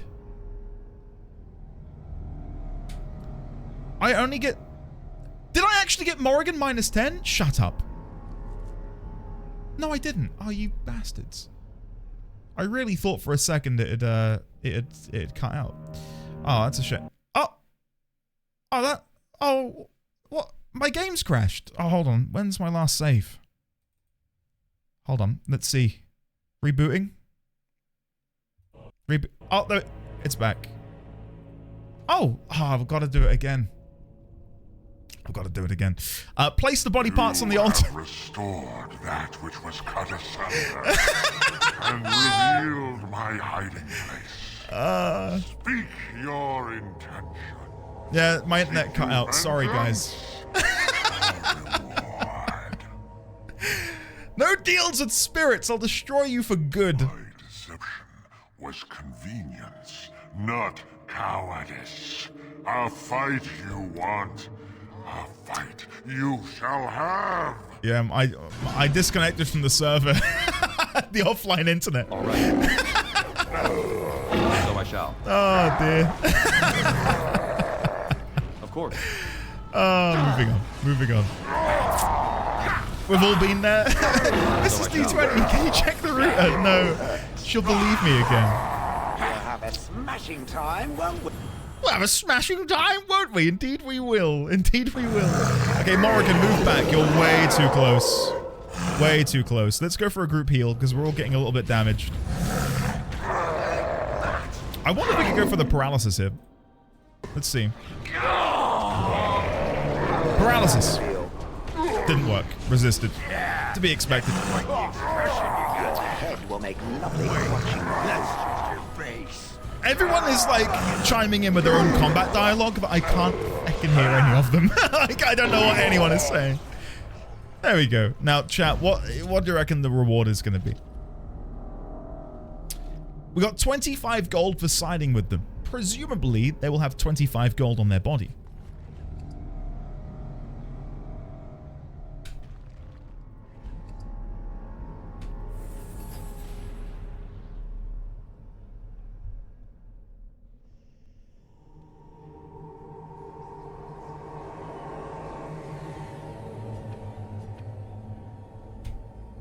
What?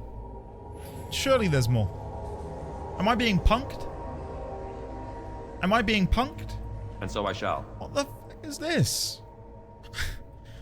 I just... Really? Where's my demonic greatsword of killing demons or something?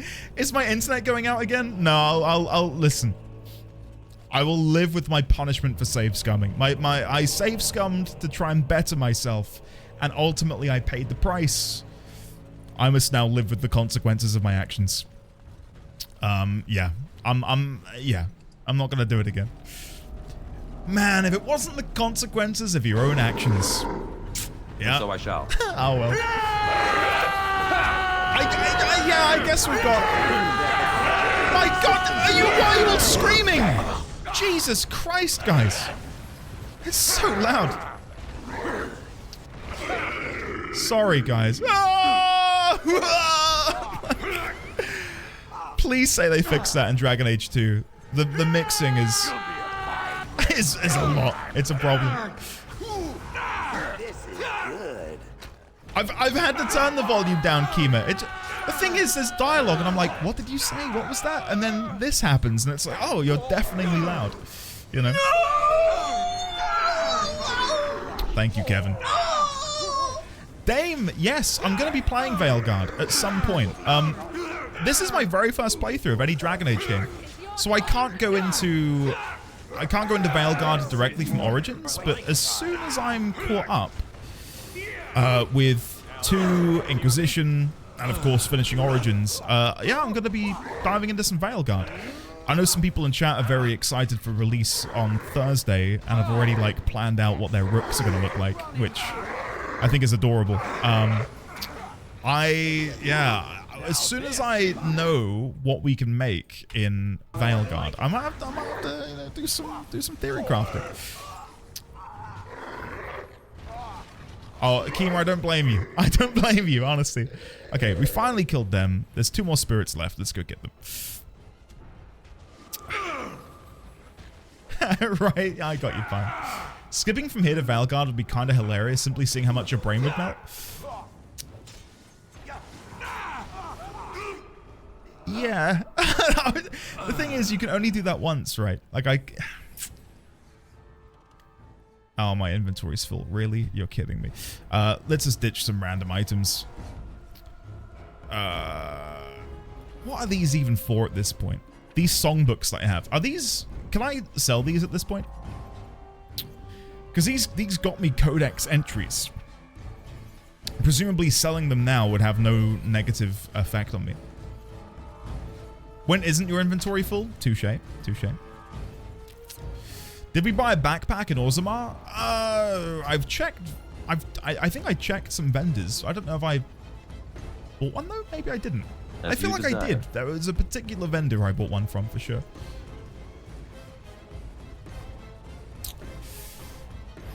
A gift to Morrigan so that she approves. Where is she at the minute? I think she is at 100. Morrigan's at 100. We're good. We're good. Are the backpack locations random? I don't know. Maybe chat can answer that. I don't believe so. I think they're preordained. Of course.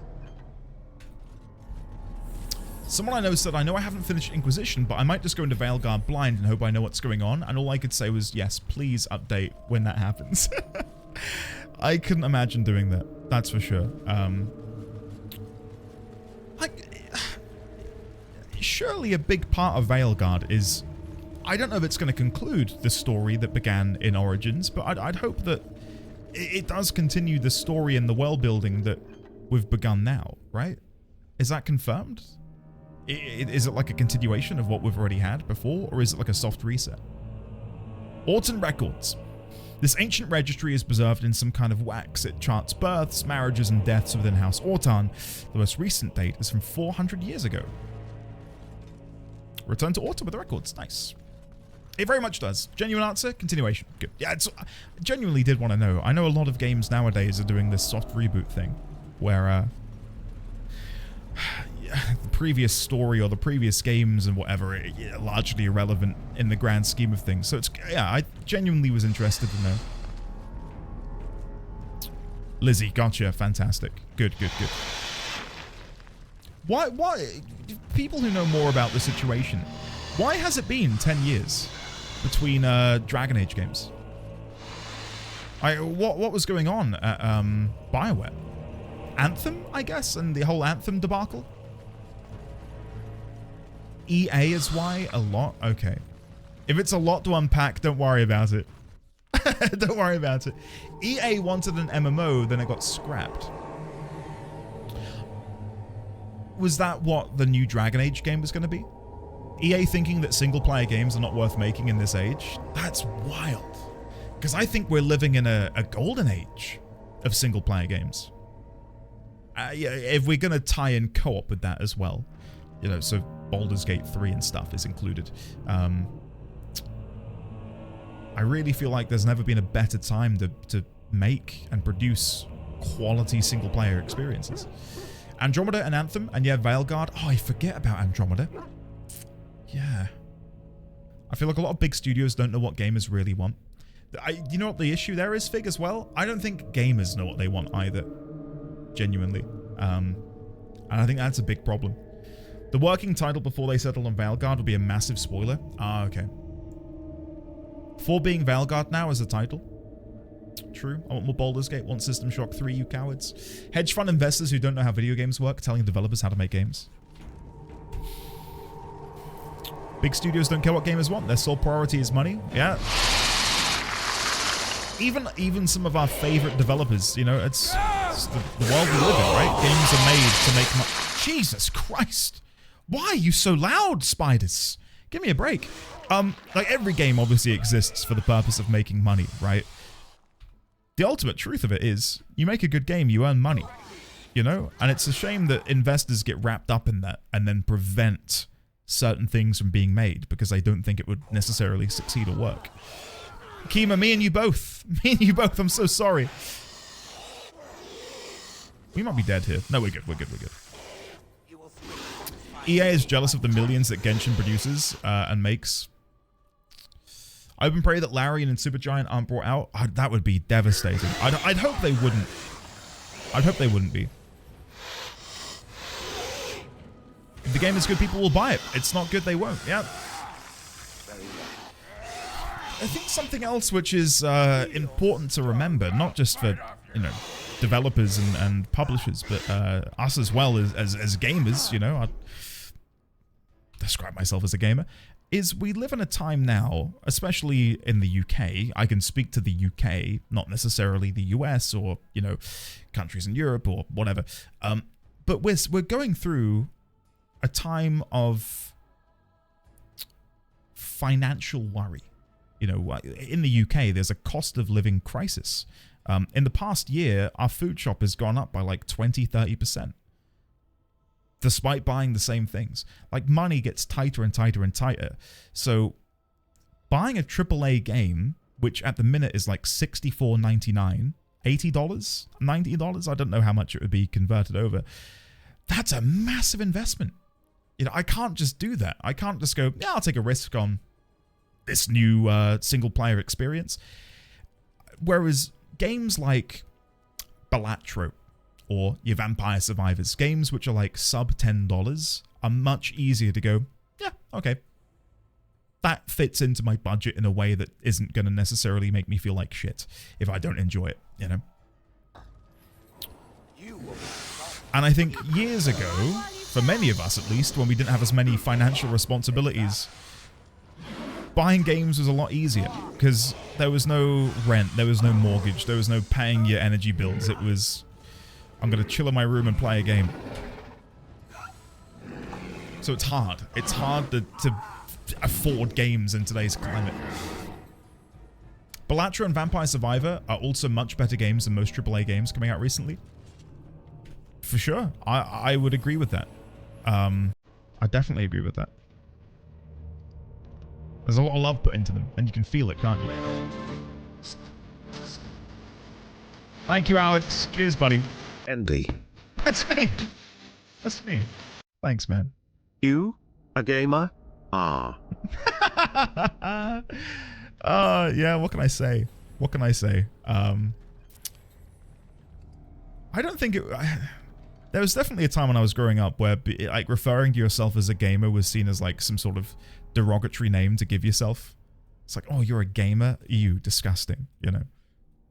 Something to be celebrated, I'd say. My favorite indie games lately have been Peglin and Wildermyth. Oh, you guys have recommended the former. Wildermyth somewhat rings a bell, but I've definitely heard of Peglin. Like the roguelite Peggle game, right? Yeah, we could open... Oh, hello, what's this? We could open the can of worms that is Xbox Game Pass, for example, and how that's bad for developers. But the truth of it is, things like Xbox Game Pass is, like, it's a preferred option for many because of just the rising cost of games. Like, if I can pay $6.99, $7.99, $8.99, whatever, and have access to a vast library of games that I otherwise would not be able to afford, like, that is a game changer. And it allows me to play games I otherwise would not have been able to have afforded individually. All right. One example is Crusader Kings 3. I did not have the money to buy that outright, so I got Game Pass, and I ended up loving it. Had a great time. But I would not have bought that individually. I can't go on at this absurd pace. Alex, no, what are you talking about? Can't be me. I use gamers as a derogatory to refer to the same bigots that were discussed at the top of the stream. Oh, I'd call them like gamer bros. You gotta throw in the bros there afterwards. But I get where you're coming from. Spellbound, I get where you're coming from. This is looking really dicey. Let's use a Great Illyrium. And then we'll do a massive group heal. There we go. It's a tough old fight. Capital G Gamers trademark. Spider's sharp. It's so infuriating, isn't it? They're so deafeningly loud. Sorry, guys. I'm a proper stickler for audio as well. So playing a game where it feels nigh on impossible to like mix it correctly because of the poor mixing is... it hurts me. It really does hurt me.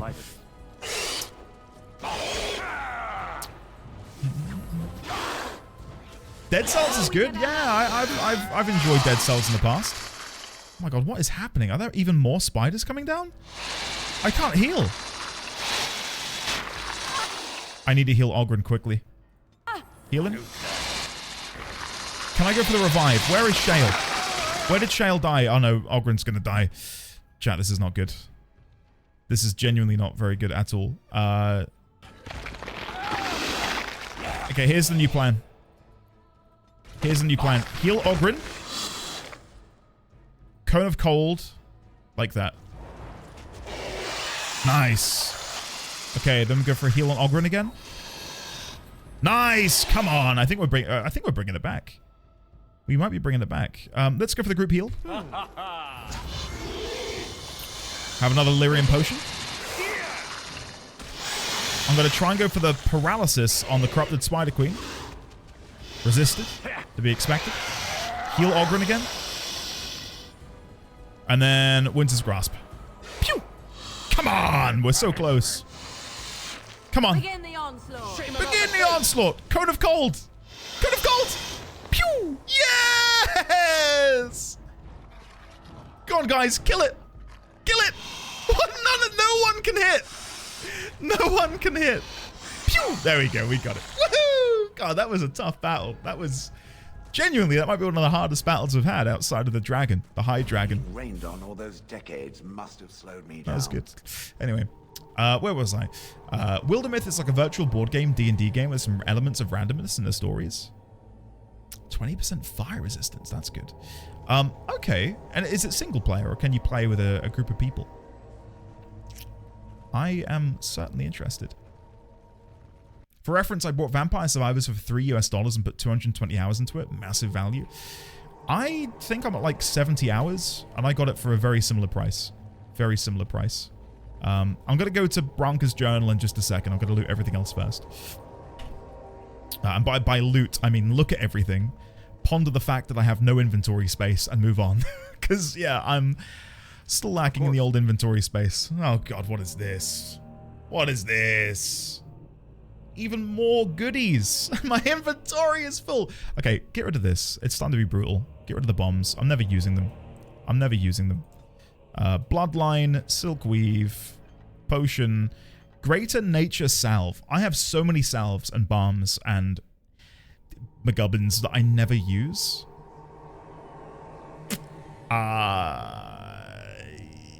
Yeah. Okay, whatever. Moving on. I feel like that gives them too much credit considering how little they seem to be interested in actual games, not even quality, just a disinterest in playing and enjoying them at all. I'm absolutely cracking up at the casual discussion about game economy while a spider is just eating your face. I don't know what's going on anymore, guys. I've got no idea. I'm yearning for sunshine at the minute, and I think it's having an effect on me. All right, Branka's journal. Let's have a read. Delighted. Delighted. Delighted. This looks like someone's journal. Wow. We are such a sleuth. The cover is battered and torn, but intact. As you leaf through the desiccated pages, the text catches your eye. We found evidence today that the Anvil of the Void was not built in the Orton Tig. We will go south, to the Dead Trenches. The Anvil is somewhere beyond. My soldiers tell me I am mad, that the Dead Trenches are crawling with Darkspawn, that we will surely die before we find the Anvil, if we find it. I leave this here in case they're right. If I die in the trenches, perhaps someone can yet walk past my corpse and retrieve the Anvil. For if it remains lost, so do we all. If I have not returned, and Hogren yet lives, tell him. No, what I have to say should be for his ears alone. This is my farewell. Bronca was thinking about me. I knew she still cared. Old softy. Looks like the Dead Trenches is our next stop then. They say the Darkspawn nest there. Whole herds of them. But if that's where Bronca went, then that's where I'm going. Aw. What's wild is that we've had him in the party for like 3 hours, and already his approval is plus 76. Plus 76. That's not bad, is it? That's pretty good. That's really good. I'm guessing that means we've done some dialogue options correctly, right? Castlevania DLC for Vampire Survivors is going to be great. Oh, I saw that. Yeah, Grimlock as well. Therilyn, yeah. When does that come out? I don't know when the release date is. I'm certainly interested, though. I think I never used any poison, trap, bomb, or balm while playing this game, yet I hoarded all of them. The bombs look great, but I feel like I've never been compelled to use them. I think the only time I probably could have really benefited from them was against the dragon, using something to increase my fire resistance. But I didn't even think about it because I seldom use them anyway, you know. What can go wrong walking into a Darkspawn nest? It's all the booze. Thursday, definitely booze. To be fair, you were hoarding booze for a long time, just for him. Touche. Touche. I did indeed do that. When I next get back to camp, I'm going to give Wynn some TLC. I'm going to give Sten some TLC. I'm going to give Morrigan something. My love. What is this? Ooh, little cinematic. Okay. Whoa! Holy crap. I feel like I'm back at Ostagar.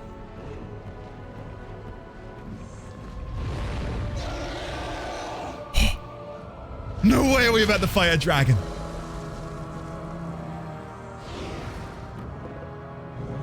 Is this a dragon though, or is this the archdemon?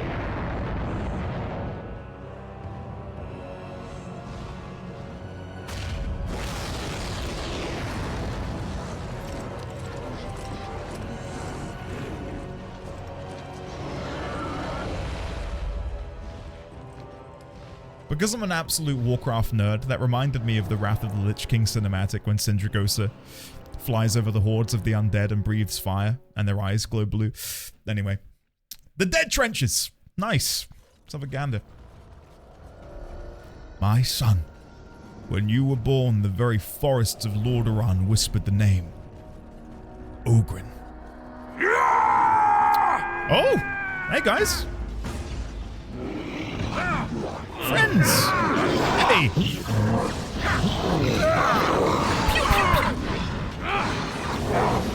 We did not reference Sindragosa here. That boss fight gives me PTSD. As a DPS, I had a great time. I had a great time. I felt for the healers on the Dreamweaver fight just beforehand, though. That looked hard. Dawn, it's unending. It's deep and unending. Oh, you bet, Grandma. You bet. It's not too late to go home.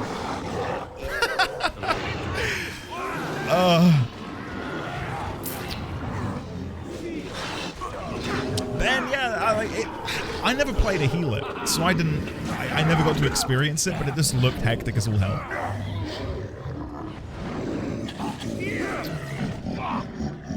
But no, I said this earlier, Dawn. It is a very long section, or it feels long, because I kind of consider Orzammar to be a part of the Deep Roads part of this journey, just being stuck underground with the dwarves. I say stuck underground with the dwarves as if I don't like the dwarves. I love the dwarves. But my god, I feel like it's overstayed its welcome a little bit. We'll beat them to their vile birthing grounds. I'm gonna have to restart the game to fix this weird issue again. Bear with me. Need to loot up and then we'll move on. I can probably get away with using some of these injury kits. Injury kit. Injury kit. Whoa. Did not pay attention to Morrigan. Or Oghren. My god. There we go. Fixed. Okay, now we can loot the potion. Nice. Awesome.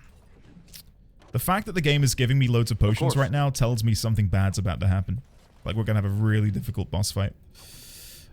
Cool. All right, before I begin chatting with them, let me make a quick save game. The Dead Trenches, and then we'll Alt F4 and we'll reboot. Yeah, it's not too dissimilar, I think, Gremlock.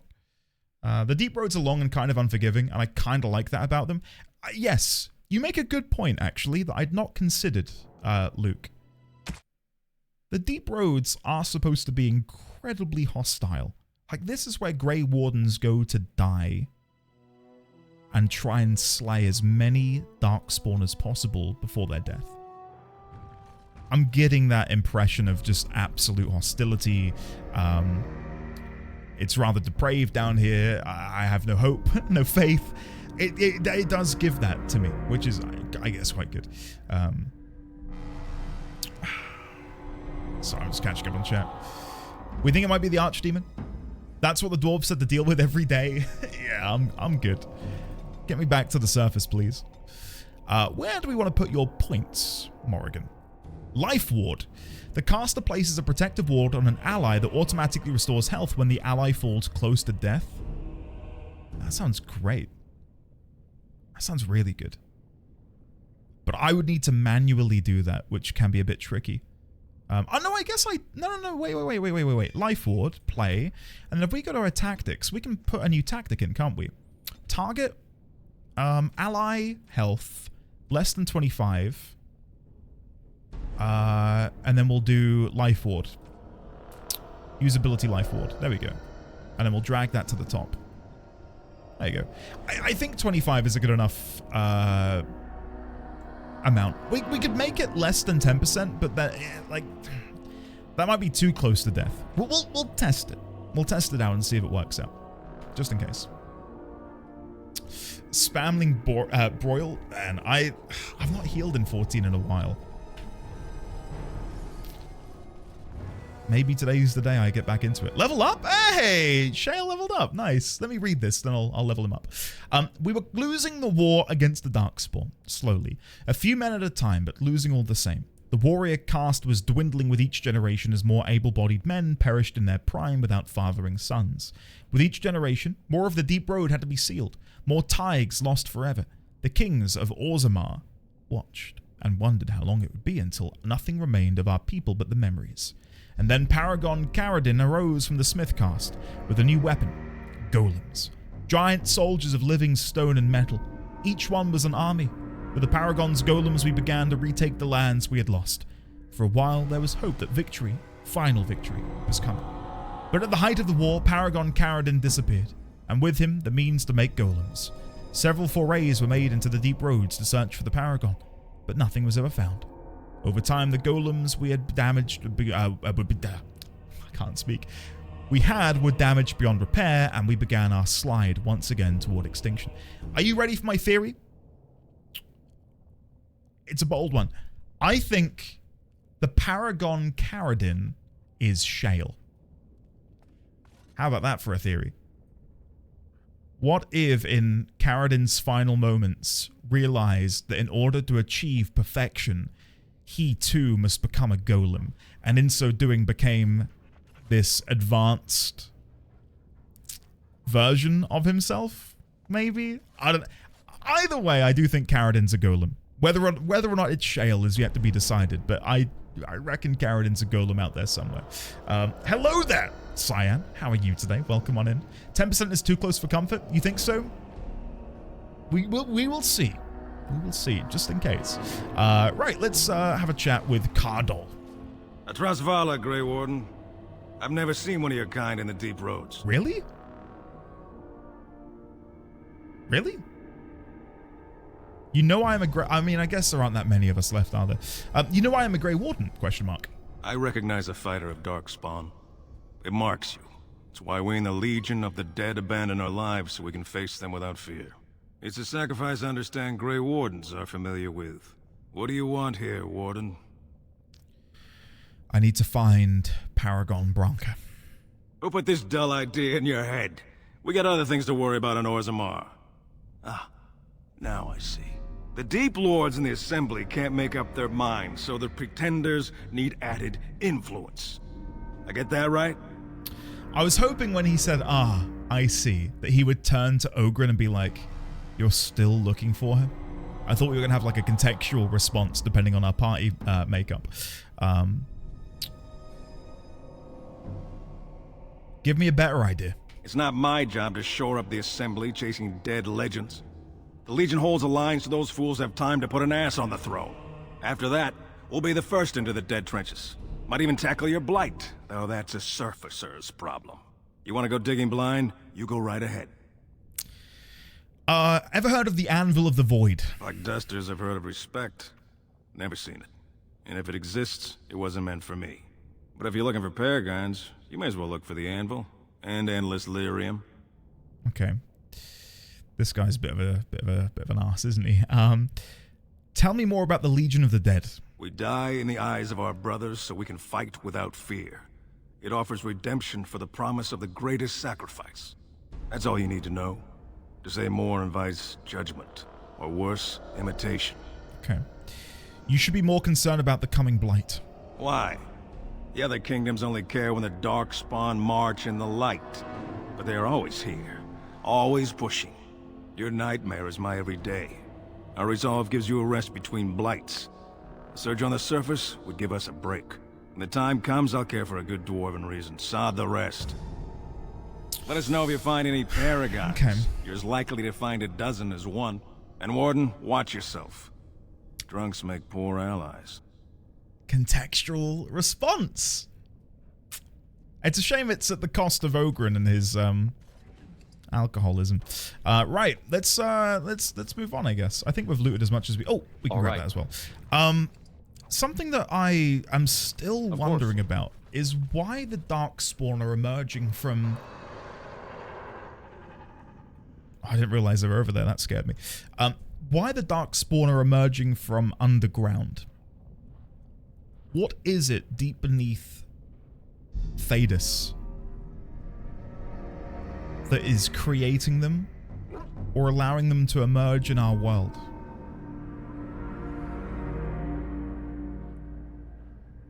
My only guess is the Abyss, but it feels like the Darkspawn are not related to the Abyss, and that they are instead products of the Fade.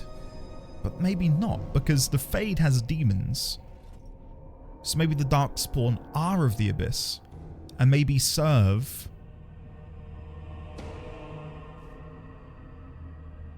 Is it the Forgotten Ones? Hold on, we've not gone to the notes today. Let's go to the notes for a sec. What are they called? The Forgotten Ones? The Old Gods? They're the Draconic Gods, and we found out that which ones are related to which blight. So presumably we're dealing with Athemiel, which is Athemiel. Like some of these names look similar to me, or like familiar to me. Sorry, from like other mythology and other lore. But supposedly we're dealing with Athemiel at the minute, if this is going in sequential order. Anyway, I digress. What is the name of the other gods that were sealed in the Abyss? The Forgotten Ones, yes. I wonder then if the Fade, heaven, is external to our world. What if the Abyss is internal? It's like at the heart of our world is this dark abyss where the Forgotten Ones have been sealed away by Fen'Harel. Because my theory was that the Darkspawn served the gods trapped in the Fade, and their reason for being was to sow discord, carnage, and terror. Because the more death that occurs, the thinner the veil becomes in the area in which death happens. Like if we take the Brazilian forest as an example, the veil there is so thin that there are patches of the forest where dreaming and being awake, you cannot determine which is which, because you're like floating between the two of them. So my understanding was Darkspawn serve the gods who are trapped in heaven, killing everyone, destroys the veil, lets the gods in. But why are they emerging from the middle of the world? I have no answer to that. I can't even begin to theorize. But the only theory I can come up with is it's related to the Abyss in some way. But then it would like, my other theory would be irrelevant then, because if they're coming from the Abyss, seemingly they're not related to the gods in heaven. Anyway, moving on. Let's see. Presumably the game will answer my questions. God, that's good. Thank you. Yeah, I've updated my my lore sheet recently, but I need to show you guys more of what I've been working on. I'm excited because I'm going to be able to take all of these theories and plans and notes and ideas with me into Dragon Age 2, and you know, I can hopefully create and build a pretty cohesive. Can I run these back? Like, if I send all of my team backwards, can we get the help of the dwarves who are stood behind us? Let's see. So run there. Run there. Oh, let's see if this works. I don't know if we can bring them into the fight. Let's have a look. Keep running, keep running, keep running.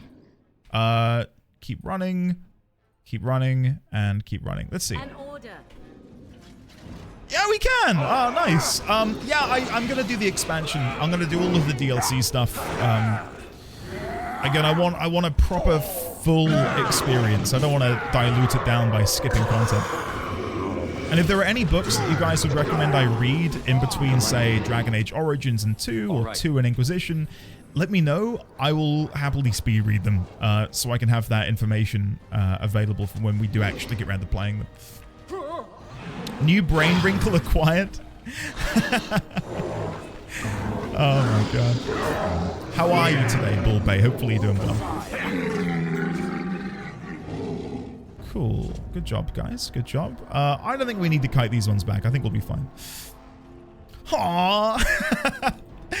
I hope the main character that I get to play as in 2 does not have such silly voice lines. It is a bit of a killjoy. Right. Maybe I put a point into Killing Blow. Earthen Grasp. Immobilizing enemies. No, we'll go to Killing Blow. We'll go Killing Blow. I'll go back to Shale. Make sure you're in Stoneheart form. Well. Although maybe we can try you in your DPS form. No, we'll leave you in Stoneheart. That'll be fine. Enable all these. There you go.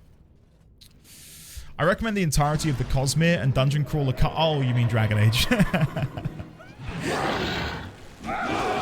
Give me time, and I'll get there, Kevin. I'll be fully caught up. To hint and answer what you're asking, Andy, I believe you already got a codex entry that might provide a clue. Interesting. Is it one that's like popped up mid-combat and I missed? If you know the name of it, I'll happily take a look, Shadow Queen.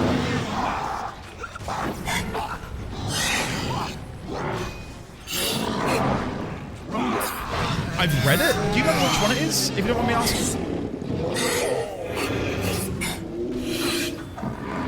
If I have read it and I know of their origin, then that's on me. I'm sorry.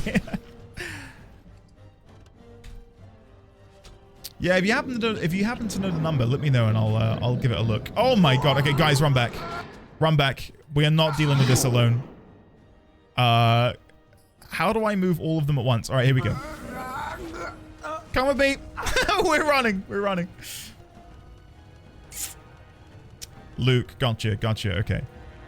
Are they following me? Yes, okay, good. Please say you guys did this too, or am I just being a coward? The way I see it, this is going to be much better for me. Okay, right, you guys deal with them and I'm going to run behind you. The Old Gods, number 127. Okay, thank you. I'll definitely give that a look. 127. I did too. Coward, run away. Run away!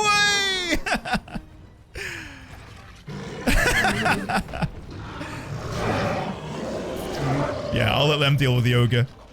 Oh my god! If this were Baldur's Gate 3, we would have gotten knocked off the edge. Make them earn their paycheck. Unfortunately, I think as Legion of the Dead, their paycheck is getting to live. Cool. Thank you guys for helping me. Right, so we need to go to 127. 127. Is this the right one? The Old Gods. Old Gods. 127. The Old Gods, 132. Right, I read this one. So does this mention the Darkspawn in here? I have definitely read this. Let's have a read. There were 7 Old Gods, great winged dragons that were said to rule over the ancient world. The Chantry maintains they were responsible for the original sin, returned humanity from its true creator through deceit. Humanity's faith faltered and thus the Maker turned away from the world, but not before trapping the Old Gods in eternal prisons beneath the earth as punishment. Right. I've got that so far. Scholars assume the Old Gods must indeed have been real at one point, but most agree that they were likely actual dragons. I'm going to skim read because I'm looking for anything about the Darkspawn. Ledger maintains they are able to whisper into the minds of men. Use the blood magic Dumat taught him to attain incredible power in Tevinter and to claim himself the ruler of the Empire. In return, he established the first temples worshipping the Old Gods, and the dragons became equated everywhere with imperial power.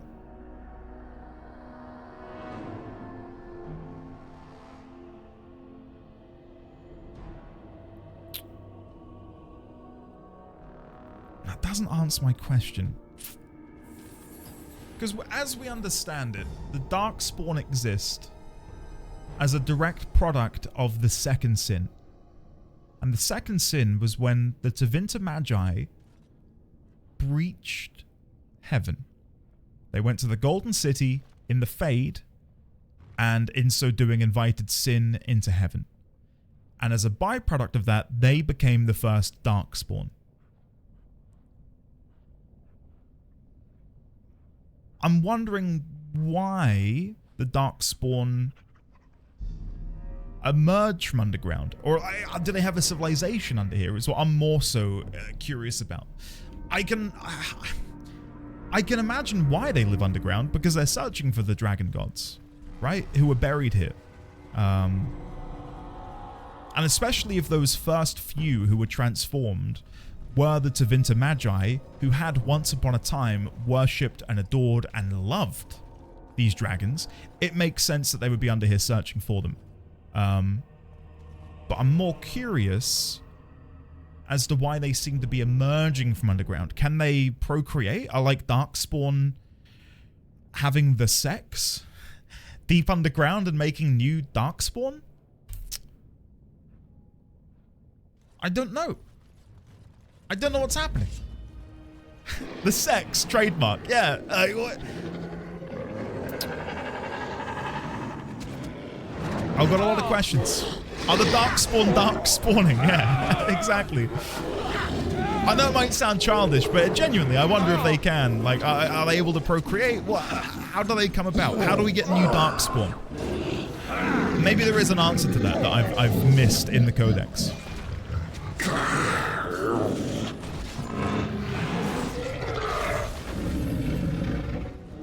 The answer is Meg.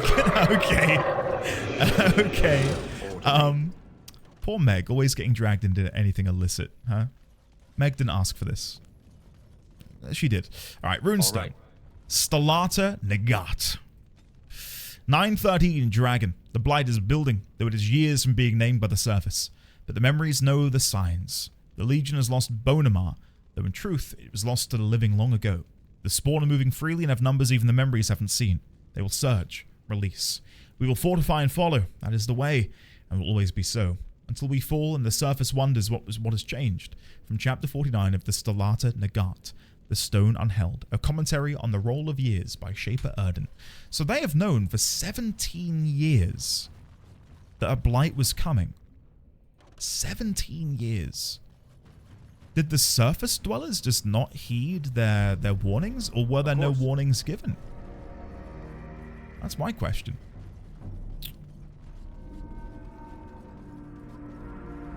Oh, they've moved up. I didn't see that Cardinal moves up when you kill them all. That's cool. Climate change is coming. I refuse to believe you. I'm joking. I do believe in it. Credit for backbone. You've dug a line through the Spawn. Still no sense in your head, but you've got skill. Thanks. I've asked them about all of these already. Goodbye. Good luck, Grey Warden. Cool. Right. Right. Gates of Bonamar. Can I not open these, or is this just a landmark? I'm gonna try and get inside. No. Where is the book on Darkspawn mating rituals? Yes, that's what we need. You know what? I'm going to very quickly have a quick look. Very quickly have a quick one. Aravels, the Dales, Euthenera. Let's see. Can we see anything in here about Darkspawn that seems of interest to me? Legion of the Dead, The Proving, Orzammar, Ostagar, the Canary, Redcliffe, Tevinter Imperium. Creatures? Let's have a look in here again. Genlock. Common Darkspawn in the Underground. Dragon doesn't mention in here anything about archdemons. No. Ghouls, golems, Hurlock. Taller than their Genlock cousins, the Hurlocks are roughly of human size but are possessed of considerable strength.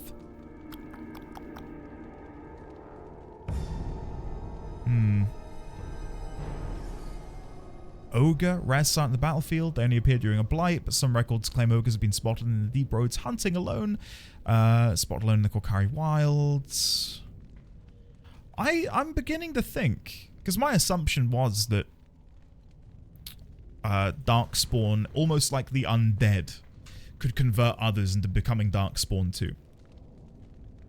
But I'm willing to believe, especially considering they have some sort of... they have a semblance of a society. I reckon there is, like, a society of Darkspawn. Where they have families. And so I shall. Which would certainly be an interesting twist that I would not have expected to have seen. Lost and taken the trenches so many times, even can't track it. 1 more hour, D1000. 1 more hour. Yeah, we're 1 hour behind, and you guys are technically 1 hour ahead. So, yeah.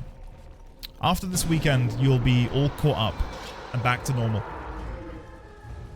Imagine all of the orphans you've made over the course of this game already. The thing is, we have Hurlocks and Genlocks. What if Hurlocks are like corrupted humans, and Genlocks are corrupted dwarves? And that is the size disparity. That's a reason for it.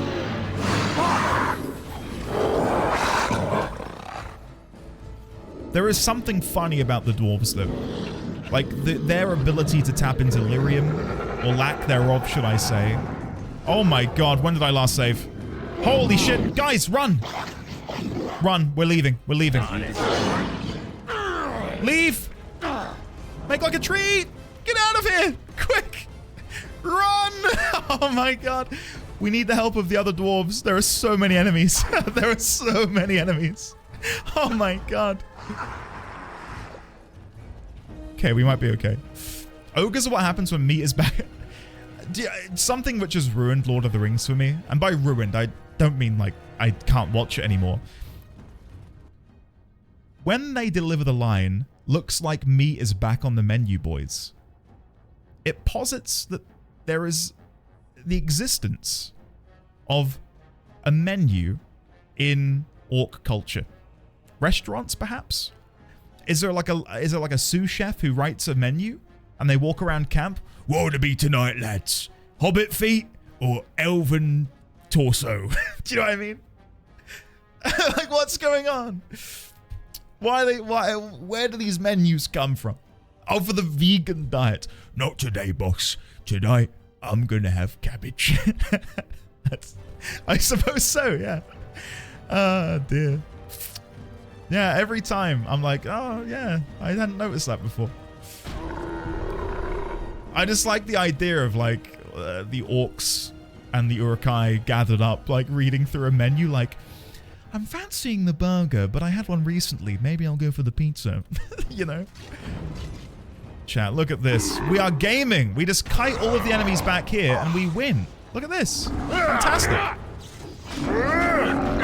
You'll be a fine red mist when I'm done with you. You'll be a fine red mist when I'm done with you. You could have just given up, you know.